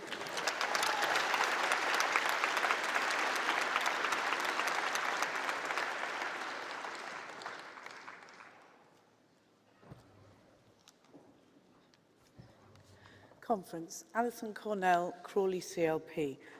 First-time speaker. Sounds a bit like being on James O'Brien or something. It is not possible to overstate the value of good early years support. The Sure Start programme was one of the last Labour government's crowning achievements. Originally focused on more deprived areas, it was soon rolled out as a fairly universal offer because it was of universal value. It made a difference to thousands of children and their families. It was levelling up in action, because that's what Labour governments do. We level up, not as a vote-catching slogan, but as an evidence-based funded policy decision. Since 2010 and Tory austerity, Sure Start centres across the UK have been defunded and closed, with many excellent staff losing their jobs. When I became a county councillor last year, we immediately faced a redesign of early years provision in West Sussex. After years of defunding, footfall was down in many of our centres. If nothing's going on, no one's going. So plans were underway to close 32 out of 43 centres across the county. And I'm appalled to say that's what happened. Many of you will be familiar with Noam Chomsky's view on defunding as a route to privatisation. And if you're not, I suggest you look it up. Because up and down this country, children's early years provisions are being redesigned into hubs, a model that is in common use by American healthcare giants. Now, call me cynical, but I think there's a very good reason for that. In June 21, the London School of Economics research report, Big Change Starts Small, was launched by the then Duke and Duchess of Cambridge. It looked at early years support and concluded that the now inadequate support available is costing the UK more than £16 billion a year. That is £16 billion worth of failure and preventative damage to children. If you don't care about the human cost, and I know that people in this room do, but if you don't, you ought to care about the money. The unravelling of Sure Start is already costing us all dear. The value of the work that our early years staff do is incredible and needs urgently to be recognised. That is why we need a Labour government. Labour governments are all about levelling up, not trickling down. Conference, support Composite 16, then go home and do all that you can to ensure that Keir Starmer becomes the next Prime Minister of this country, because that's what we need.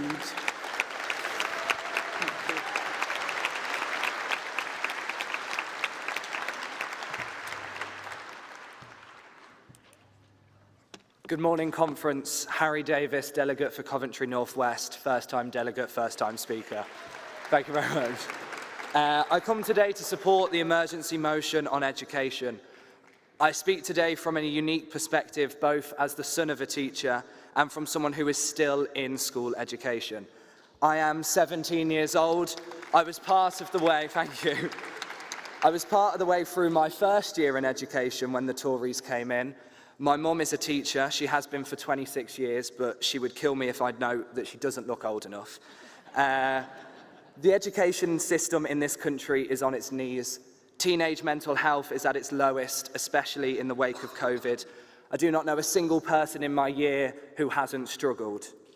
And there is no funding to help us. Suicidal teenagers are being asked to wait over a year for support and then being told to have a bath or go for a walk.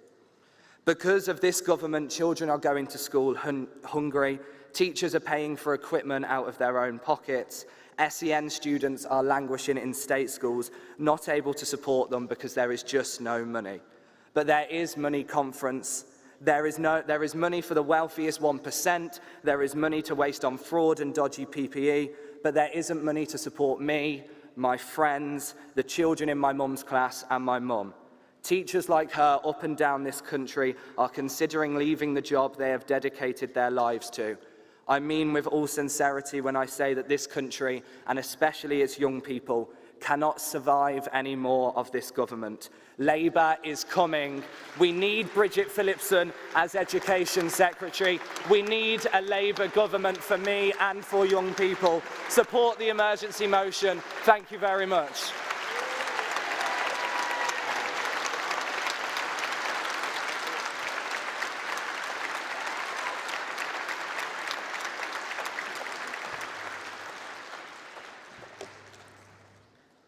Good morning, Conference. Anita Okunde, North West Young Labour BAME Rep, activist and youth delegate for Rochdale CLP.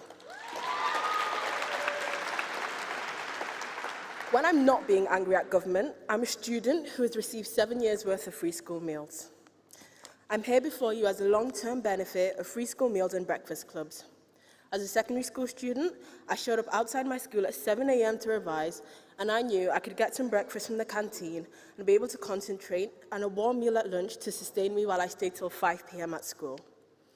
Now, this Sunday, I'll be attending Oxford University, the first from my secondary school.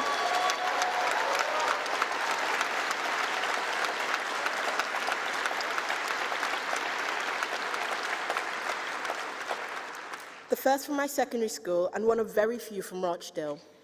None of these grades or motivation would have been possible without free school meals I received and the support given by my family and school in order to believe that I could do everything I wanted. I shouldn't be the exception. This should be the standard for young people across the country. I've seen power of young people who are willing to create change, but we are tired of broken promises and a government who ignores our needs and puts us last. And also, we'd be a lot more impactful on a full stomach. And so I urge you all to support this emergency motion. Thank you.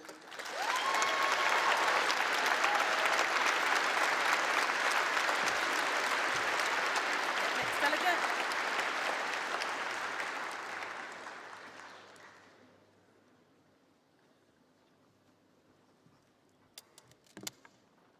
Millie May Rubin, first-time delegate and youth officer for Leeds East. I'm urging you all to support Composite 15. I'm soon to start studying to be a nurse in our wonderful NHS. I'm doing this because thanks to the incredible mental health nurses, I am finally in recovery for bulimia. Their careless care and support meant I was able to complete my education and carry on with my life. I'm lucky, but there are still so many young people who aren't. They're not getting the treatment they deserve, with the waiting list for CAMHS just too long, sometimes being too late, and they're already being adults. The inequalities faced in healthcare for working class families are detrimental to young people's development, socially and physically. So if we don't protect our NHS from this Tory corruption, then the future for the working class is bleak. But with a Labour government, I know we will be able to support the many young people like me that rely on this NHS so much. Thank you.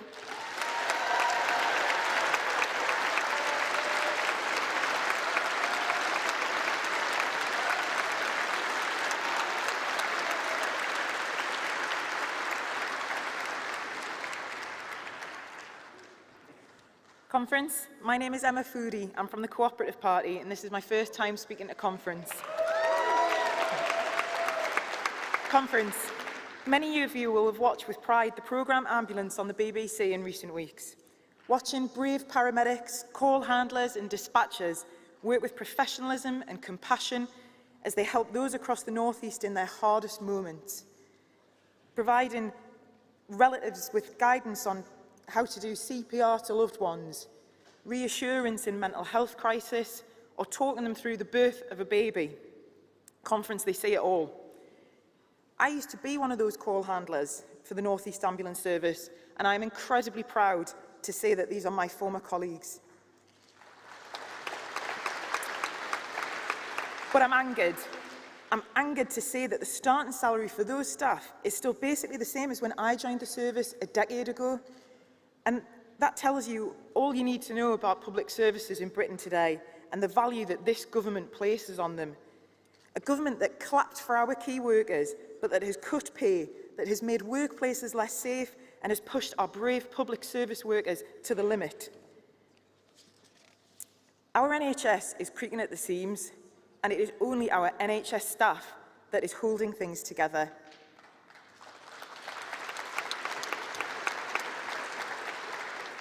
So whether that's my former colleagues who are dispatching ambulances that are having to wait for hours at A&E to be able to hand over patients, or whether it's the police officers supporting victims who are unable to carry on prosecutions because they're waiting so long for their cases to get to court, we're asking our public sector to do more and more with ever less.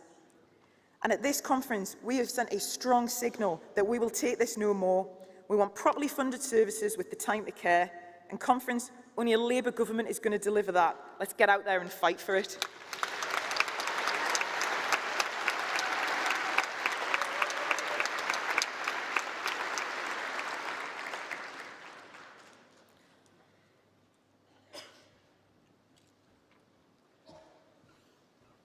Good morning, conference. I'm Kerry Poe from Swansea West CLP, first-time delegate, first-time speaker. So, I come from an NHS family. My mum is a nurse, my wife is an occupational therapist, two roles that pay very well with private providers, but they choose not to work privately because they believe and care about the values and principles that underpin our health service. And I bet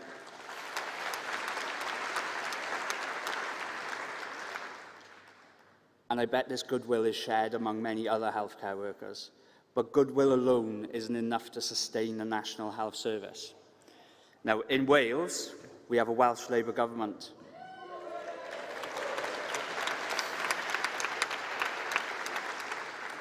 I'd just like to add, I really wanted to cheer for Wales, so thank you. They protect us from a lot of the damage that the Tories have inflicted on the NHS in England, but we do share many of the same issues, whether that be workforce issues or low pay. Now, I know Eluned Morgan is hard at work solving these issues, and our Labour government is currently working hard to establish a national care service. Now, in Wales, we protect our NHS, and we have a great ambition to transform social care. And I'd like to see a Labour government in Westminster share that ambition and protect the NHS all across the country.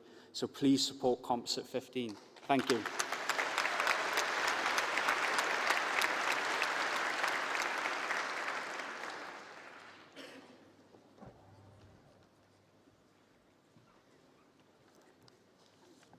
Julianne McGough from Birkenhead CLP, first-time delegate and speaker.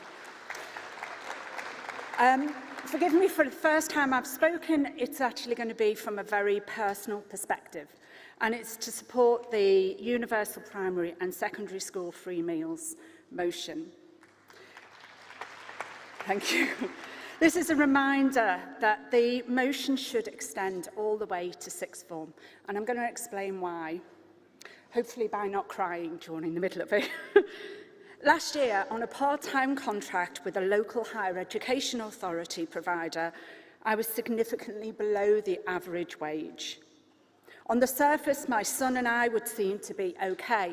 After all, I'm classed as a middle-class professional, and I've got a doctor in my title, something I'm very proud, working-class background, and achieved my doctorate.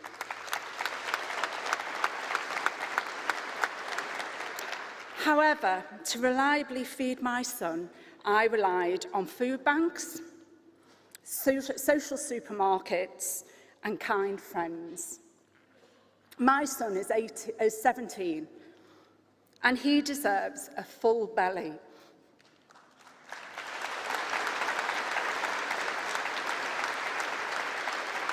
He's doing A-levels and he deserves to be able to make the best of his education.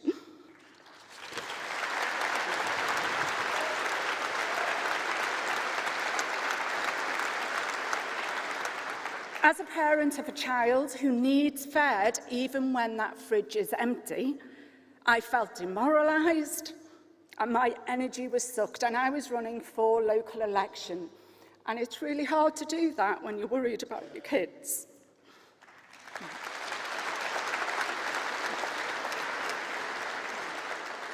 My own aspirations became secondary, and my son worried constantly about me being fed.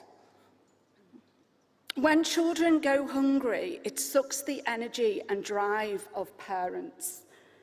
Under the last Labour government, I was also on a low wage at the time, working through a degree, a chance to get an education that I had missed during a Tory 80s government. The tax credits not only ensured my children were fed, but that I could pursue my dreams and my aspirations.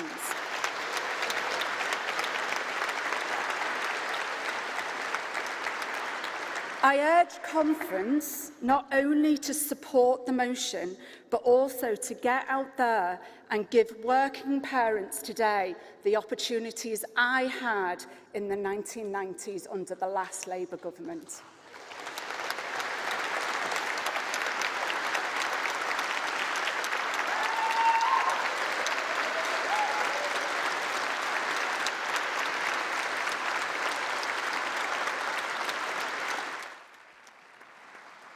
Thank you, delegates. Some really fantastic speeches there. I'm now going to ask... Oh, sorry. Come on up. Sorry. We've got one more.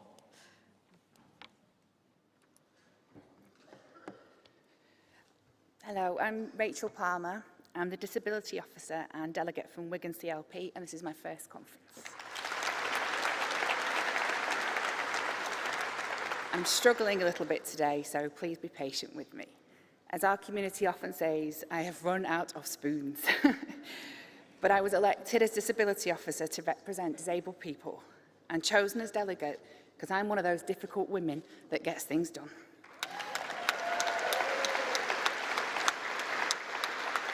So I'm determined to find one more spoon to be able to speak to you today. I and many other disabled people rely on the NHS and their support to be able to stay alive, let alone thrive. So I ask you to support us and support Composite 15. I get a bit emotional. This time 4 years ago, my mental and physical health meant that I couldn't even complete a form. I couldn't work, I couldn't contribute to my community, I couldn't enjoy life. I felt like my physical and mental health were coming at me from both sides. It's thanks to the work of occupational therapists, CBT, physios, doctors and nurses, thanks to our NHS, that I have a career again, I have a life again, and I'm here speaking to you now.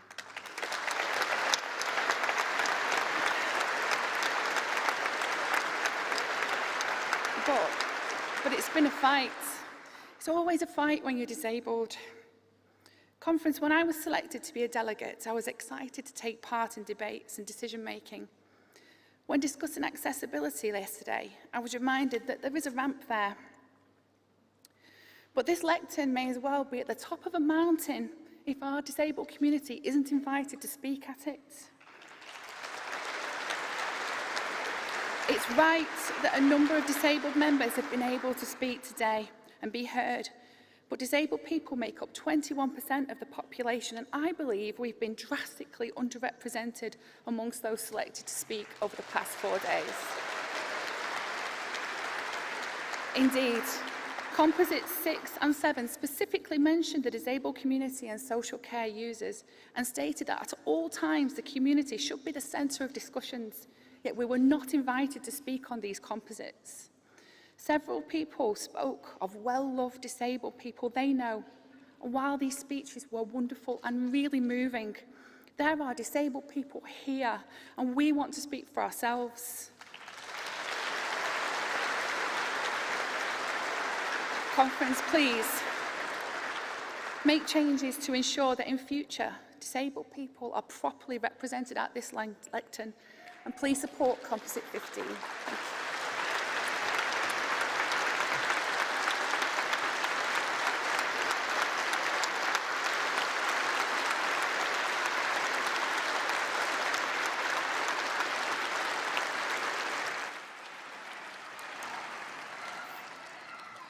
Thank you so much, Delegate. Very well said. So now I'm going to welcome our Shadow Secretary of State for Education, Bridget Phillipson, to the lectern, who will close the debate.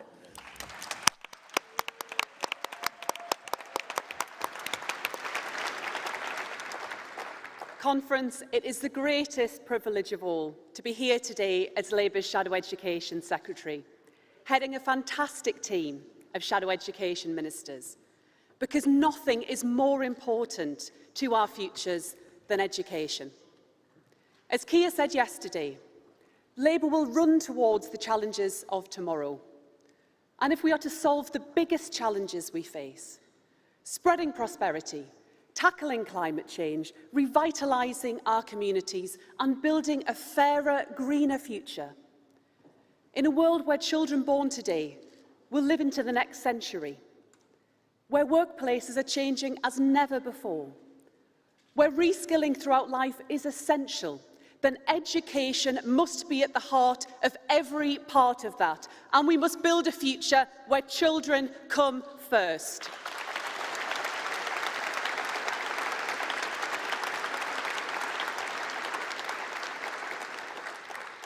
Conference, this is personal for me. My mum brought me up on her own. And I remember my time at school under the Tories. Classes too big, books too few, money short and opportunities all too rare. Families like mine, judged, not helped. But I know that I was lucky. I had a loving family who valued education. I went to brilliant state schools with teachers who saw the value and worth in each and every one of us. But life should not come down to luck. That is why I am determined that every child in every school, in every corner of our country, should have the best possible start.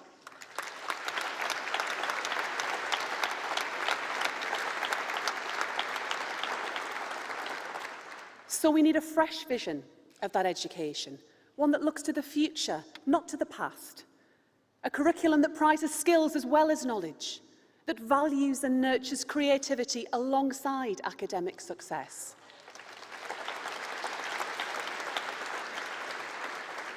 We need an education system that enables every child to achieve and thrive. And our priorities will define that vision. Conference, that is why we will end tax breaks for private schools.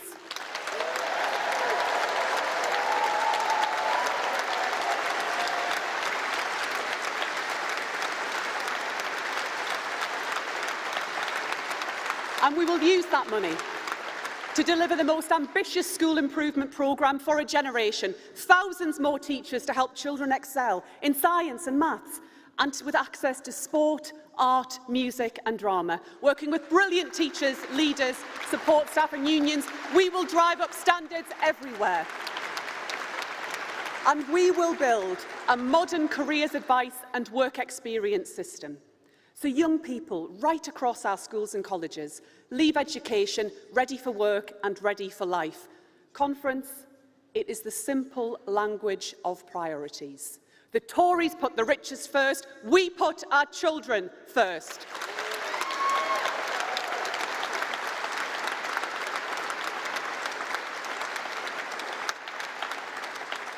And we all know these Tories will go on making the wrong choices. Because education under this government is like a school maths problem. If you have 5 education secretaries in 1 year, 3 of them who haven't got a clue what they're doing, 2 of them who want to go back to the 1950s, then what have you got left? I'll tell you, a government that is failing our children.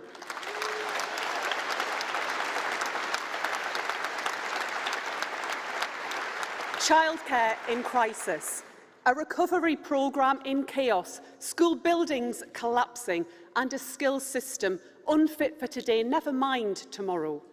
Universities treated as a political battleground, not a public good. Conference, we will make different choices for children and families across this country, for the world our children will inherit. Today, parents spend more on childcare than on their rent or mortgages. Yet what do we see? Nurseries closing, spiralling costs, mums giving up the jobs they love because they can't drop their kids at school and get to work on time. The Tories denying parents' choices, denying children the best start that they deserve. And yet the evidence could not be clearer. Gaps in learning and development, gaps in opportunities, they open up early. And so our plan must start early too. Today, Conference, I can tell you that the next Labour government will build a modern childcare system.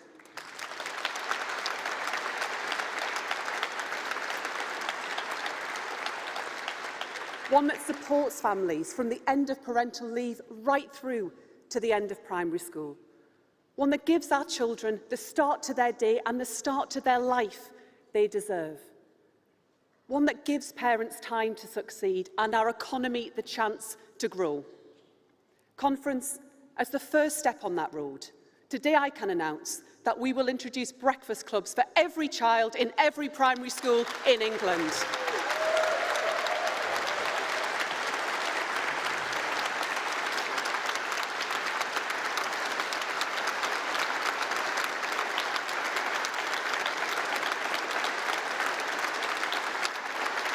Because breakfast clubs drive up standards and achievement. They improve behaviour and attendance because it's about the club as well as the breakfast. They enable parents to work. They give mums and dads real choices. And they will help us to build the economy we all need and the society we all want.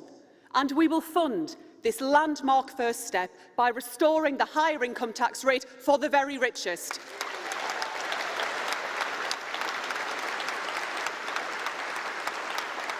Because, Conference, our children are our priority.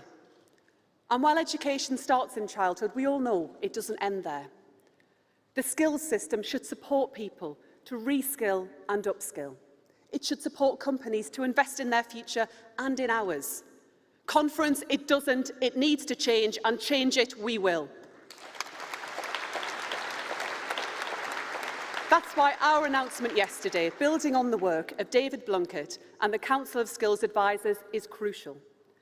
By reforming the apprenticeships levy, we will give people opportunities to retrain, to upskill and to learn throughout life.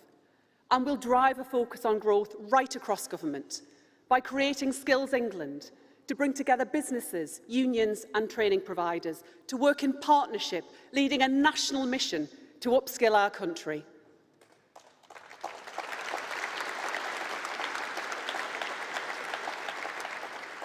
Conference, education is all about opportunity.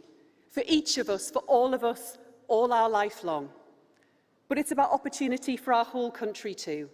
The opportunities we all gain from a growing economy, where working parents are supported to succeed and where all our children can achieve and thrive.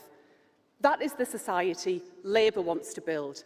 And we will only build that fairer society of which we all dream, by closing the gap among our children and young people.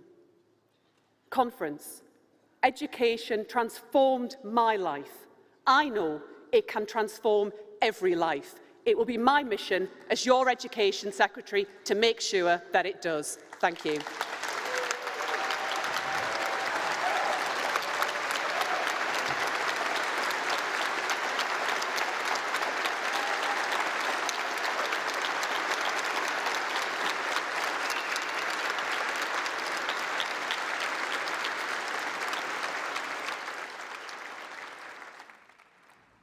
Thank you very much, Bridget. That concludes our debate on public services that work from the start. So we're now going to take the votes, and we'll initially take these by shows of hands.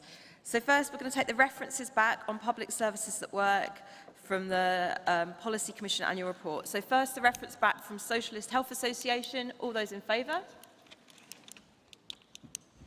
All those against? And any abstentions? That's carried. Next, from Labour International CLP, all those in favour? And all those against? And any abstentions? I think that one's carried. Or that one is carried, should I say. The next one is from Beverley and Holderness CLP. All those in favour? All those against? That's carried. Oh no, any abstentions? No, that one's carried. Sutton and Cheam CLP, all those in favour? And all those against? Any abstentions? That one's carried. Next, Dulwich and West Norwood CLP, all those in favour? And all those against? And any abstentions? Yeah, that one's carried. And now for the motions. Composite 15 Health, all those in favour? And all those against? And any abstentions? Well, that's unanimous.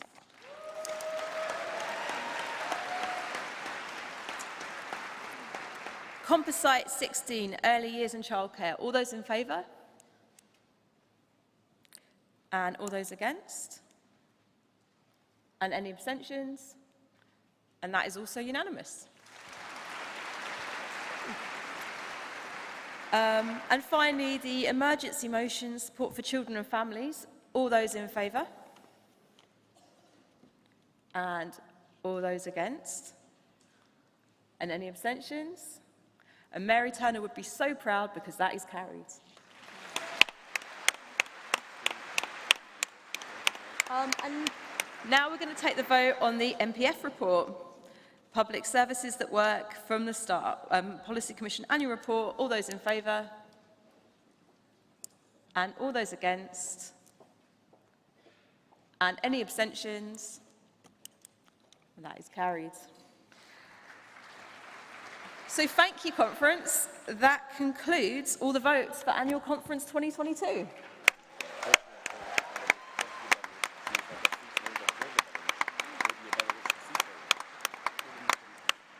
Fantastic. So now I'm absolutely delighted to invite our guest speaker, Svetlana Tsikhanouskaya, to join us. Now, in 2020, Svetlana bravely stood for election against the president of Belarus, the Putin-backed dictator, Alexander Lukashenko. And since then, she's been forced to flee her home country, but has remained leader of the peaceful resistance against the oppressive regime and has continued to inspire the pro-democracy movement in Belarus. And so it's an absolute privilege to welcome her to speak today. Svetlana, welcome.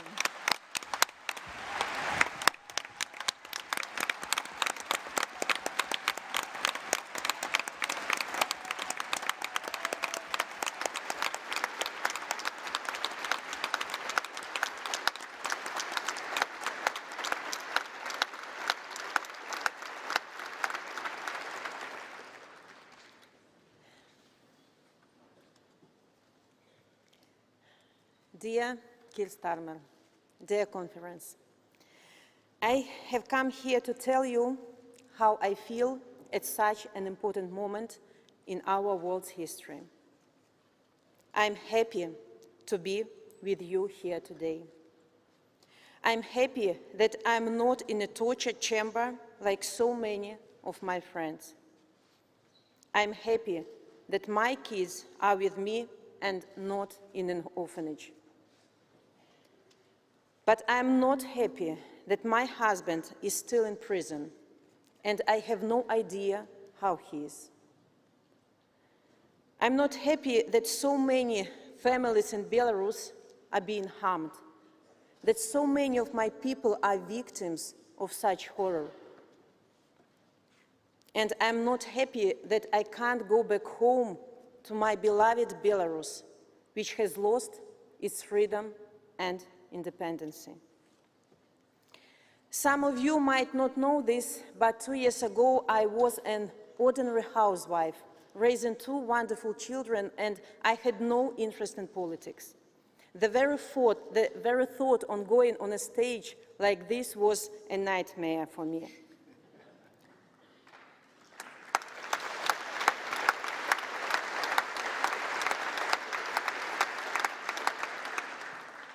Then my husband, Sergei Tikhanovsky, stood up against the brutal dictator who has dominated our country for 27 years.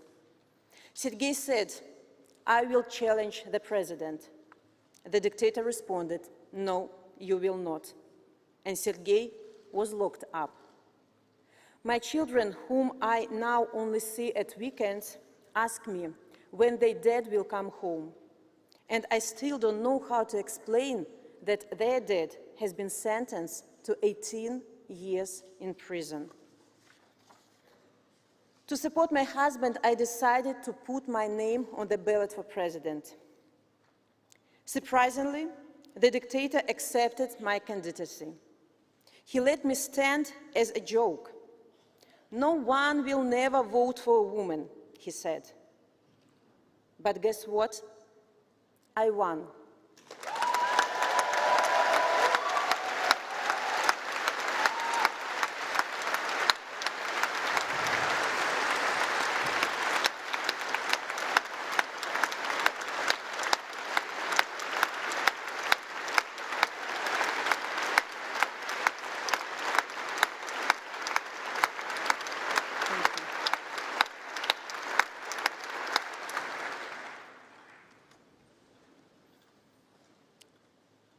Democracy won. Obviously, the dictator refused to accept the result, and hundreds of thousands took to the streets. The next morning, people of the regime called me up and said that I had lost. They said if I didn't leave the country immediately, I would never see my children again. They thought that they would just get rid of me and the movement for freedom would die. Instead, every week, for months and months, more and more people took to the streets. Under the pressure of such massive protests, the dictatorship nearly did collapse. But Putin came in to save him. They drowned the protests in violence and terror. As I am speaking today, 1,350 political prisoners are behind bars, and this number is growing every day. More than 50,000 people have been detained, many tortured by KGB. You know, I had thousands of moments when I was ready to give up, to stop my fight, but every morning I wake up and keep fighting. I don't know when our loved ones will be free, but I know that every day we are one step closer to that moment. And one of those who inspires me to continue fighting is Andrei Alexandrov. He's a journalist. For doing his job, he was sentenced to many years of prison. He was accused of high treason. Andrei is also a big fan of Liverpool Football Club.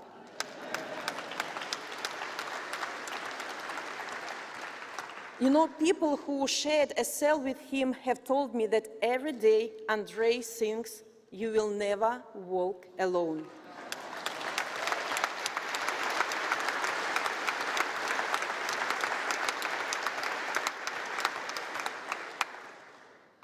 In his letters from prison, he puts these lines from Liverpool's anthem: walk on, with hope in your heart, and you will never walk alone. You will never walk alone.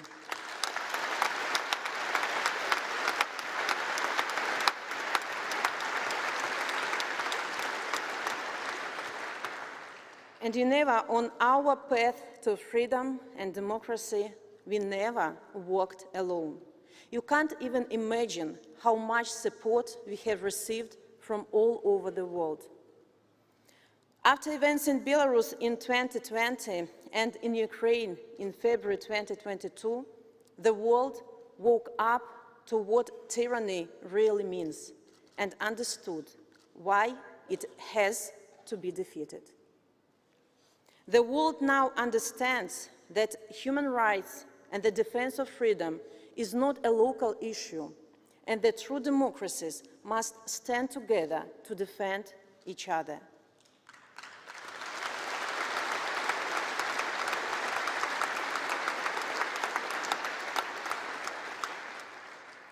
Our fates are intertwined. A threat to democracy in one country is a threat to the whole world. Without victory in Ukraine, a free Belarus is impossible. And without a free Belarus, there can be no lasting peace in Europe. You know, when you hear the word Belarus, you might think of a country which helps Putin in this war. But I think about brave partisans who stop Russian military equipment.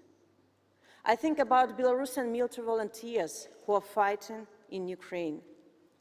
They understand that victory in Ukraine will lead to lasting change in Belarus. Dear conference, today we face the most dangerous moment in our history, but there is hope. At this very moment, everything we stand for, everything we believe in, can be destroyed. Democracy, freedom, justice. On the other hand, this moment gives Belarus the opportunity to turn the tide and make our country part of the European family. But it must be the result of coordinated action. Putin must be defeated. Putin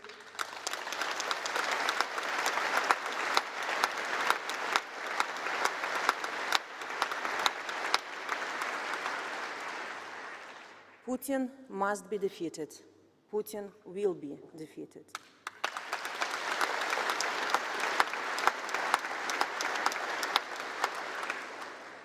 Lukashenko must be defeated. Lukashenko will be defeated.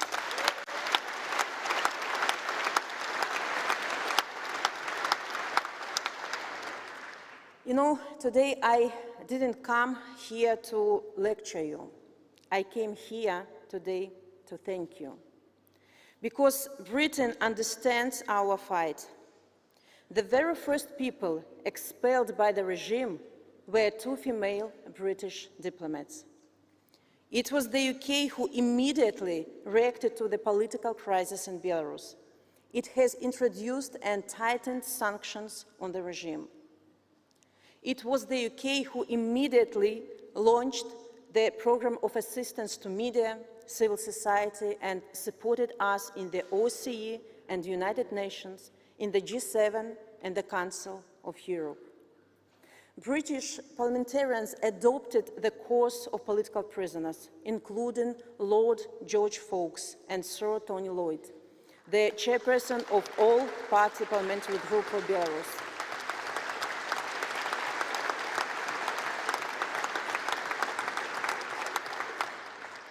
I'm aware that Tony is unable to be here today, and I send him my best wishes on behalf of Free Belarus. And of course, I must mention the UK's role in supporting the fight of Ukraine. It has become an example and inspiration to many others. UK must continue to lead the global fight against tyranny and oppression. People all over the world look to you for your strength. We are together on the front line in the fight for democracy.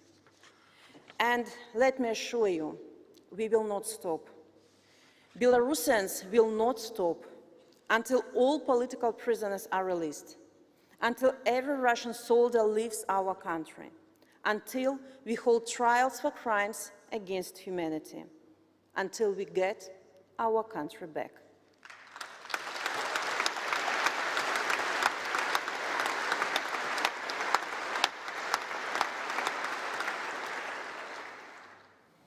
I will never rest until my children, all children, can live in a country free from fear, tyranny, and war.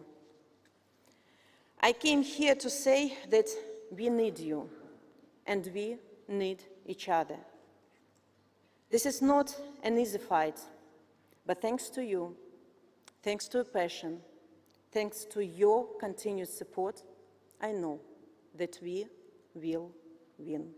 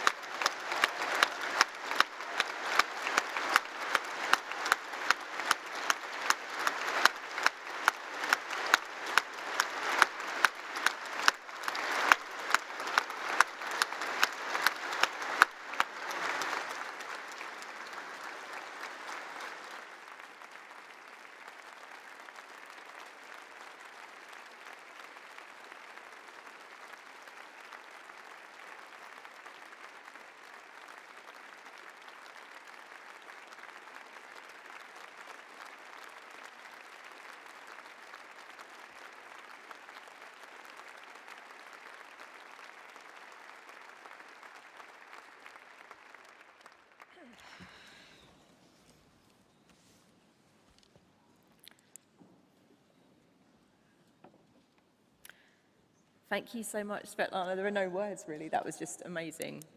So thank you. It's almost the end of conference, but we've got one final speaker, and we're going to end the conference how we started it, with me calling Angela Rayner.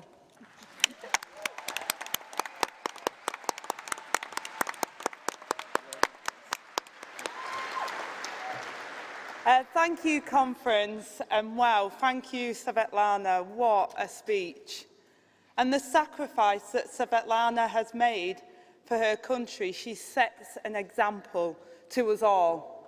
A woman, a mother, who has led a movement not for personal ambition, but to free her country and her people. And I say,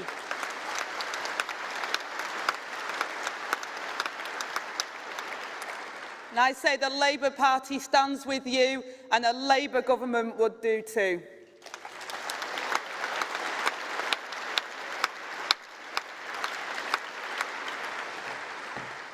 Now, conference, it's a great honour to make the closing speech before our traditional anthems, to close the week just as John Prescott did back in the day, although I think I look better in a dress. I hope we're doing proud today. I love the traditions of our movement, from the Durham Miners' Gala to the Tolpuddle Martyrs Festival. But conference, there's one part of our history that I will never celebrate, and that's losing elections.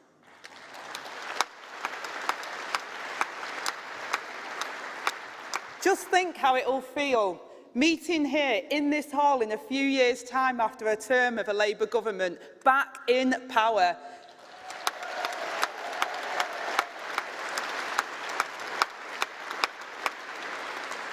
Now, conference, this is the Labour Party, so I've no doubt that we'll also be discussing how further we'd like to go once we've debated the CAC report for around 20 minutes.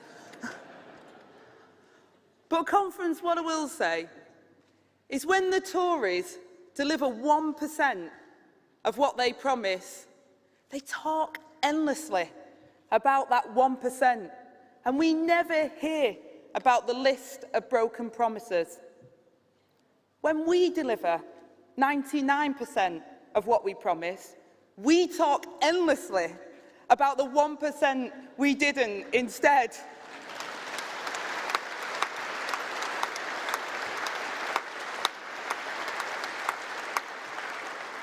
We set a high bar, but just think about the historic Labour governments and their legacy. They didn't please all of our movement all of the time, including me, but those Labour governments made history. The NHS, social security, the welfare state, council housing, modern higher education, the open university, decriminalising homosexuality, outlawing racial discrimination, introducing equal pay, the national minimum wage, Sure Start, devolution, the Good Friday Agreement, civil partnerships, Equal Pay Act, the Human Rights Act and the world's first Climate Change Act.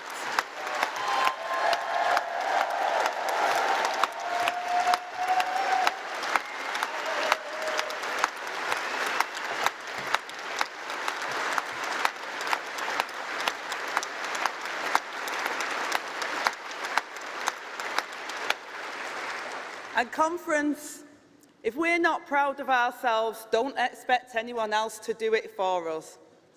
And just think what that future party conference could have to celebrate. We've shown this week how different we'll be, not just in our vision, but with our plan for Britain. Starting with the biggest challenge facing not just our country, but the world. We'll tackle the climate crisis head-on.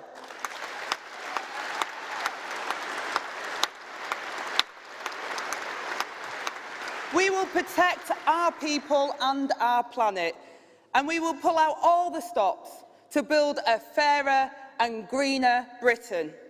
As Keir set out yesterday, through our Green Prosperity Plan, we will unleash a green industrial revolution by reaching 100% clean power by 2030. We will save £93 billion off energy bills. And through Great British Energy, we will give British power right back to the British people.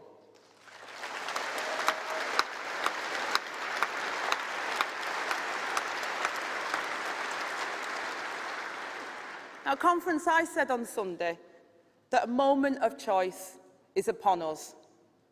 A moment to show the country that we are ready to govern. Well, conference, I know I'm a bit biased, but boy, do I think that we've shown that.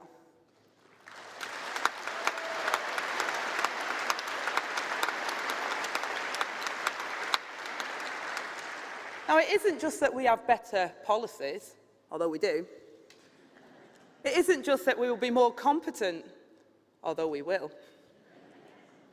It's that our values differ fundamentally, and our policies are not better despite our values, but because of them.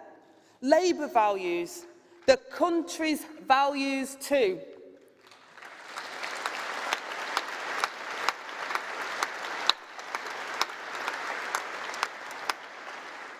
Yet too often, when it comes to elections, people feel that they have a choice of heart versus head, values or competence. I say to those watching at home, this week, we have shown it's a choice you will never have to make again. And this past week, the Tories have shown it too. The Conservative Party are no longer pretending to be competent and stable. Today's Tories will plunge us into chaos in pursuit of their dogma, divide the country to rule it, and regards rules as for you and not for them.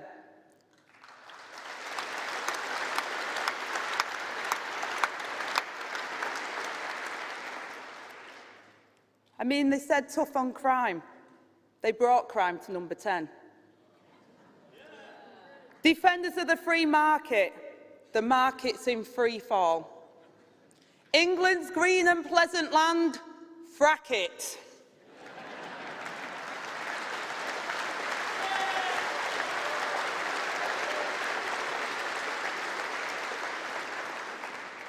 From the party of stability to causing earthquakes, from the party of business to a slapdown from the IMF, from the party of serious government to the party of parties. Liz Truss has even crashed the pork market. Now that is a disgrace.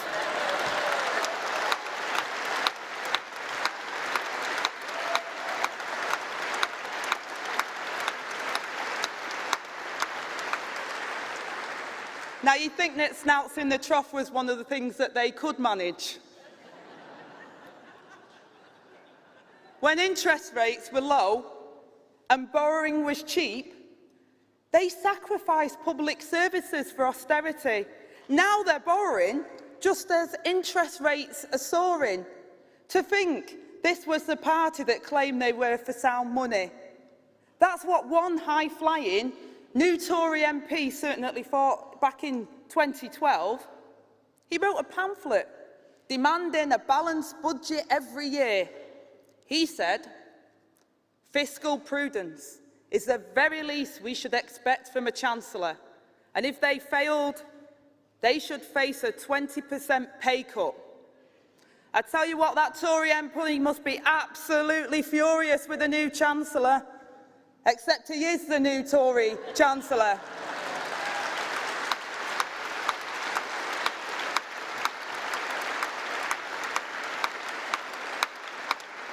And you know what? I've got a funny feeling he won't be taking that pay cut either. Because you see, pay cuts are for other people. He won't even let the budget watchdog tell him just how much of our money he is handing over to the super-rich. They used to say the Tories knew the value of nothing but the cost of everything. Now they don't even know that. Now, the next election won't be a choice between a strong economy or a fair society. We don't have to choose one or the other, because you can't have one without the other. An unequal economy is an inefficient one. It's perhaps the starkest difference between us and the Tories. Never again can we let them pretend that they are the patriotic party. I love my country. That's why I want so much better for it. But the Tories now think our biggest economic problem is you, the working people of Britain.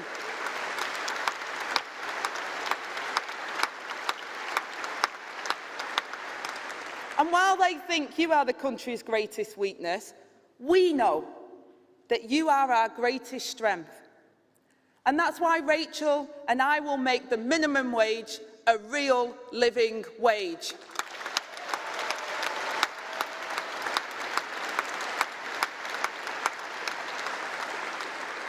Because we are not just the party of higher growth, but of higher wages too. Now, we know what the Tories think. The new Prime Minister and her Chancellor have said it out loud. The problem is that British workers are idlers, not grafters. The irony from this lot. Liz Truss says she doesn't like handouts, then handed £150 billion to the energy giants. They believe in handouts, all right.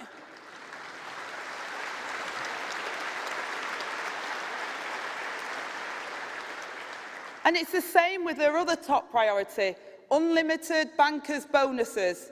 It's the same old Tory ideology. You incentivise the richest by giving them more money, and you incentivise the rest of us by taking it away. Conference, it hasn't worked before, and it won't wash now.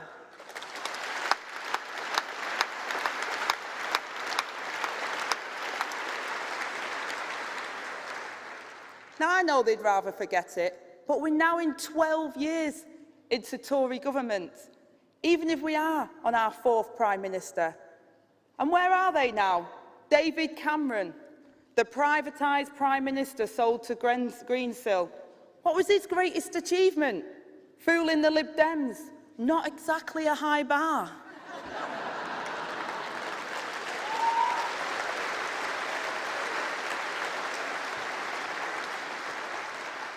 If you care about power for power's sake and have no principles, no policies and no plan, you end up with a pointless premiership remembered only as a pub quiz answer.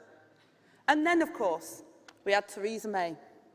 I remember her telling us that if you were a citizen of the world, you were a citizen of nowhere. If only we'd known about their green cards and tax loopholes. Their politicians becoming like their donors, residents of everywhere, taxpayers of nowhere.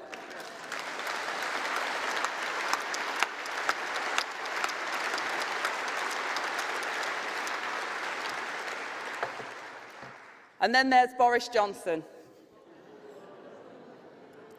I do owe him one apology. I said he couldn't organise a booze up in a brewery. Turns out he could organise a booze up pretty much anywhere. Just a shame he couldn't organise anything else.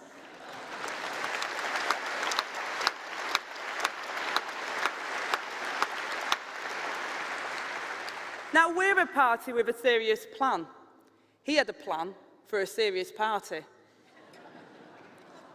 I'll miss one thing, though. As inflation ran out of control, at least his jokes were one thing that got cheaper every week. But the real problem wasn't that his jokes were so cheap, it was that his mistakes were so expensive. He ended his time claiming he was forced from office by the deep state. The only deep state that forced him from office was the one he left our country in.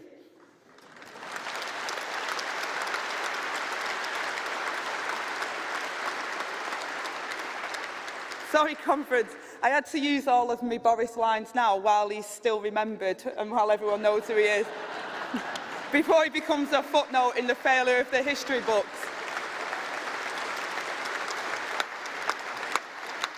But conference, at least that's what the new Prime Minister must be hoping for, because he'll be sat on the back benches, plotting his comeback with a glint in his eye, thinking, I wasn't so bad after all, was I? What a sorry state of affairs.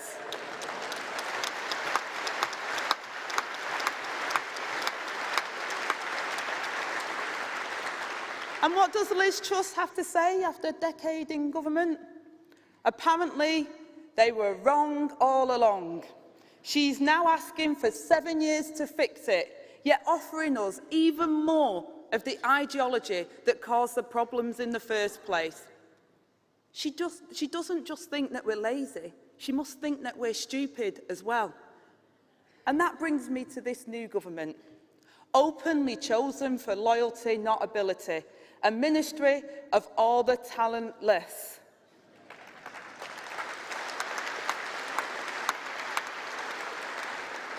Frankly, conference, when I looked at the benches opposite last week, I thought the clowns had escaped the circus. Not so much flying circus, a lying circus.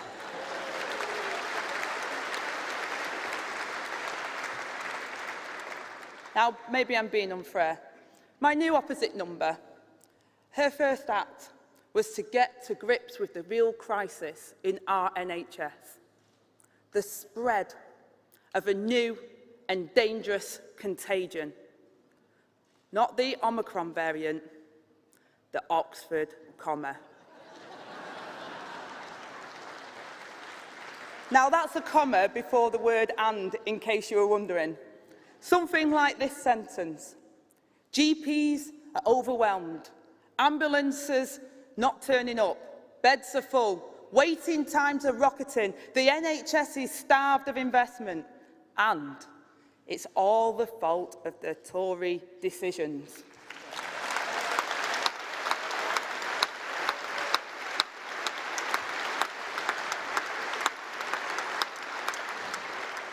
Now, it'll take a Labour government to put that right. So here's another sentence that Therese Coffey won't like.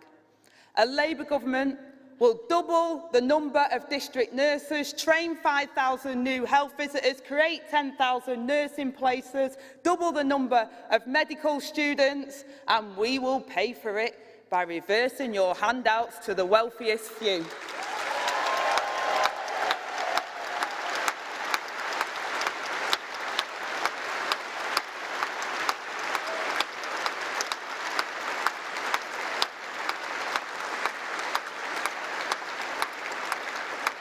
Now, I like every dot and comma of that policy conference. And what a contrast to the government you've seen this week. Yesterday, the country saw the Keir that I know and see every day, announcing 100% clean power by 2030, driven by a British energy company owned by the British people for the British people. He showed the true, real leadership this country needs. And on Monday, Rachel showed how Labour would govern with competence, class and care. with her as the UK's first ever female Chancellor.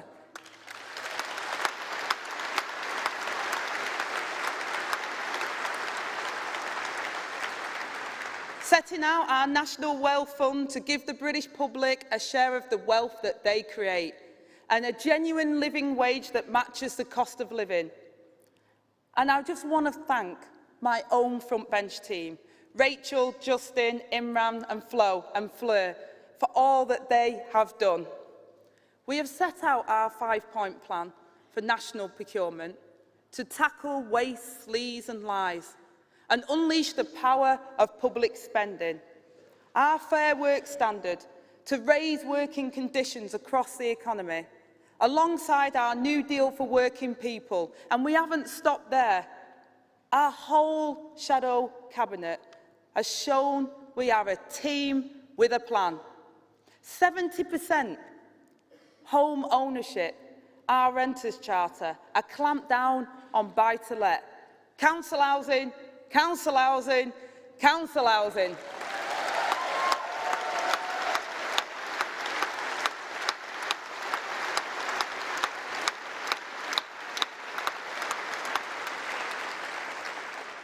The Hillsborough Law, a domestic abuse register and a new football regulator, sewerage sanctions, job centre reform and a transformational industrial strategy, insulation, innovation, inspiration, all in one.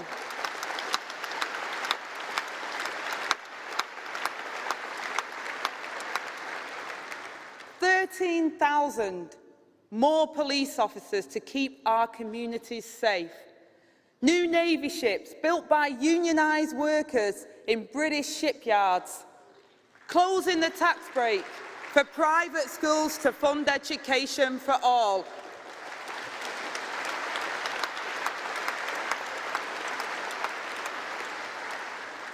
Free school breakfasts for children. New bus services in public hands. And as contracts expire, restoring public ownership of the railways.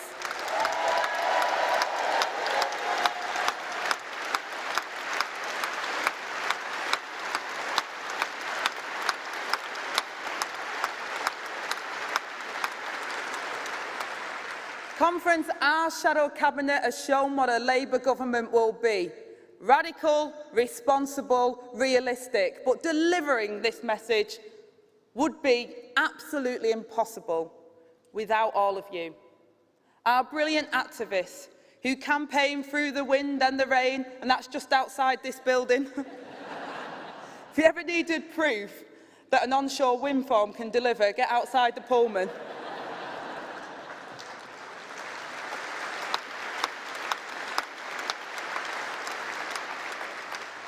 Now, I have too many people to thank, but I want to mention our brilliant chair, Alice Perry, standing down from the NEC.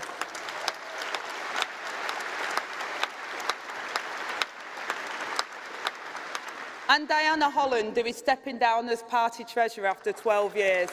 We all owe her a debt of gratitude. We could probably do with her also in the Chancellor's office as well. And finally, a thank you to Liverpool for hosting our conference.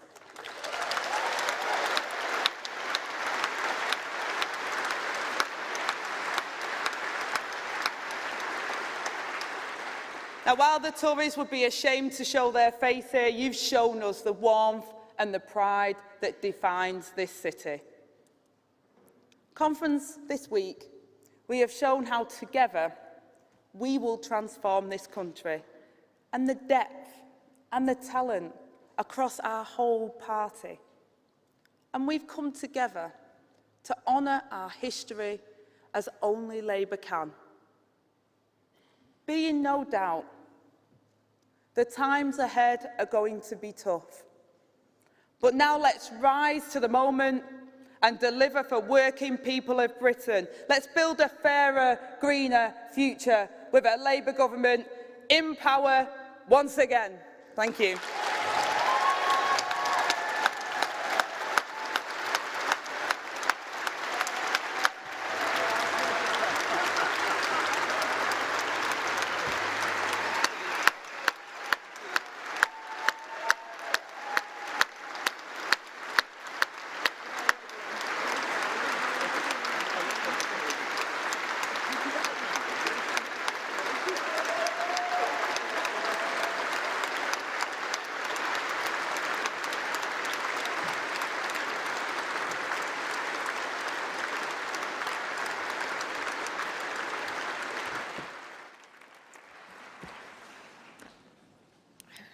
Angela Reno, you're such a legend. So thank you so much. We're almost at the end of the closing formalities, but at the beginning of conference, oh, by the way, if you're trying to leave, the exits are that way because the exhibition hall's closed. So at the beginning of conference, I said that this had been the biggest exhibition for 15 years, and we've had the most fringe events. And I think we can add one more list of achievements in having like one of the most positive, unified conferences in many, many years.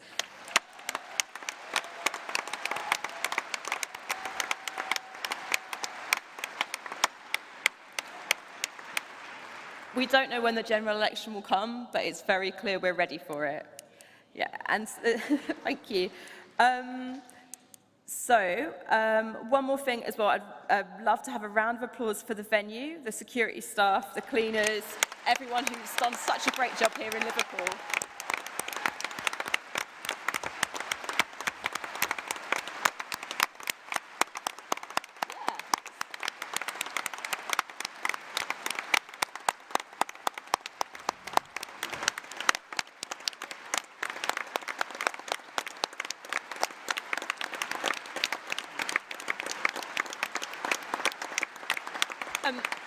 I also want to say a huge thank you to all the Labour Party staff. So much work has gone into getting us here, not just this conference, but where we are now. And I want to say a very special thank you to the person someone described as the anonymous man next to me, Fraser. You're amazing. Thank you so much. And the speakers' desk are amazing as well. So thank you to all of you. And a big thank you to you, to everyone who's attended conference. It's been an absolute pleasure and an honour to chair, so thank you for being brilliant. And now, as with tradition, we're going to end with some singing. So I'm going to welcome Anne-Marie Newton, who's a soprano, singing tutor and choral director based in Liverpool, and Stephen Manning is Director of Music at Liverpool's Anglican Cathedral, and they're going to lead us in a rendition of The Red Flag and Jerusalem.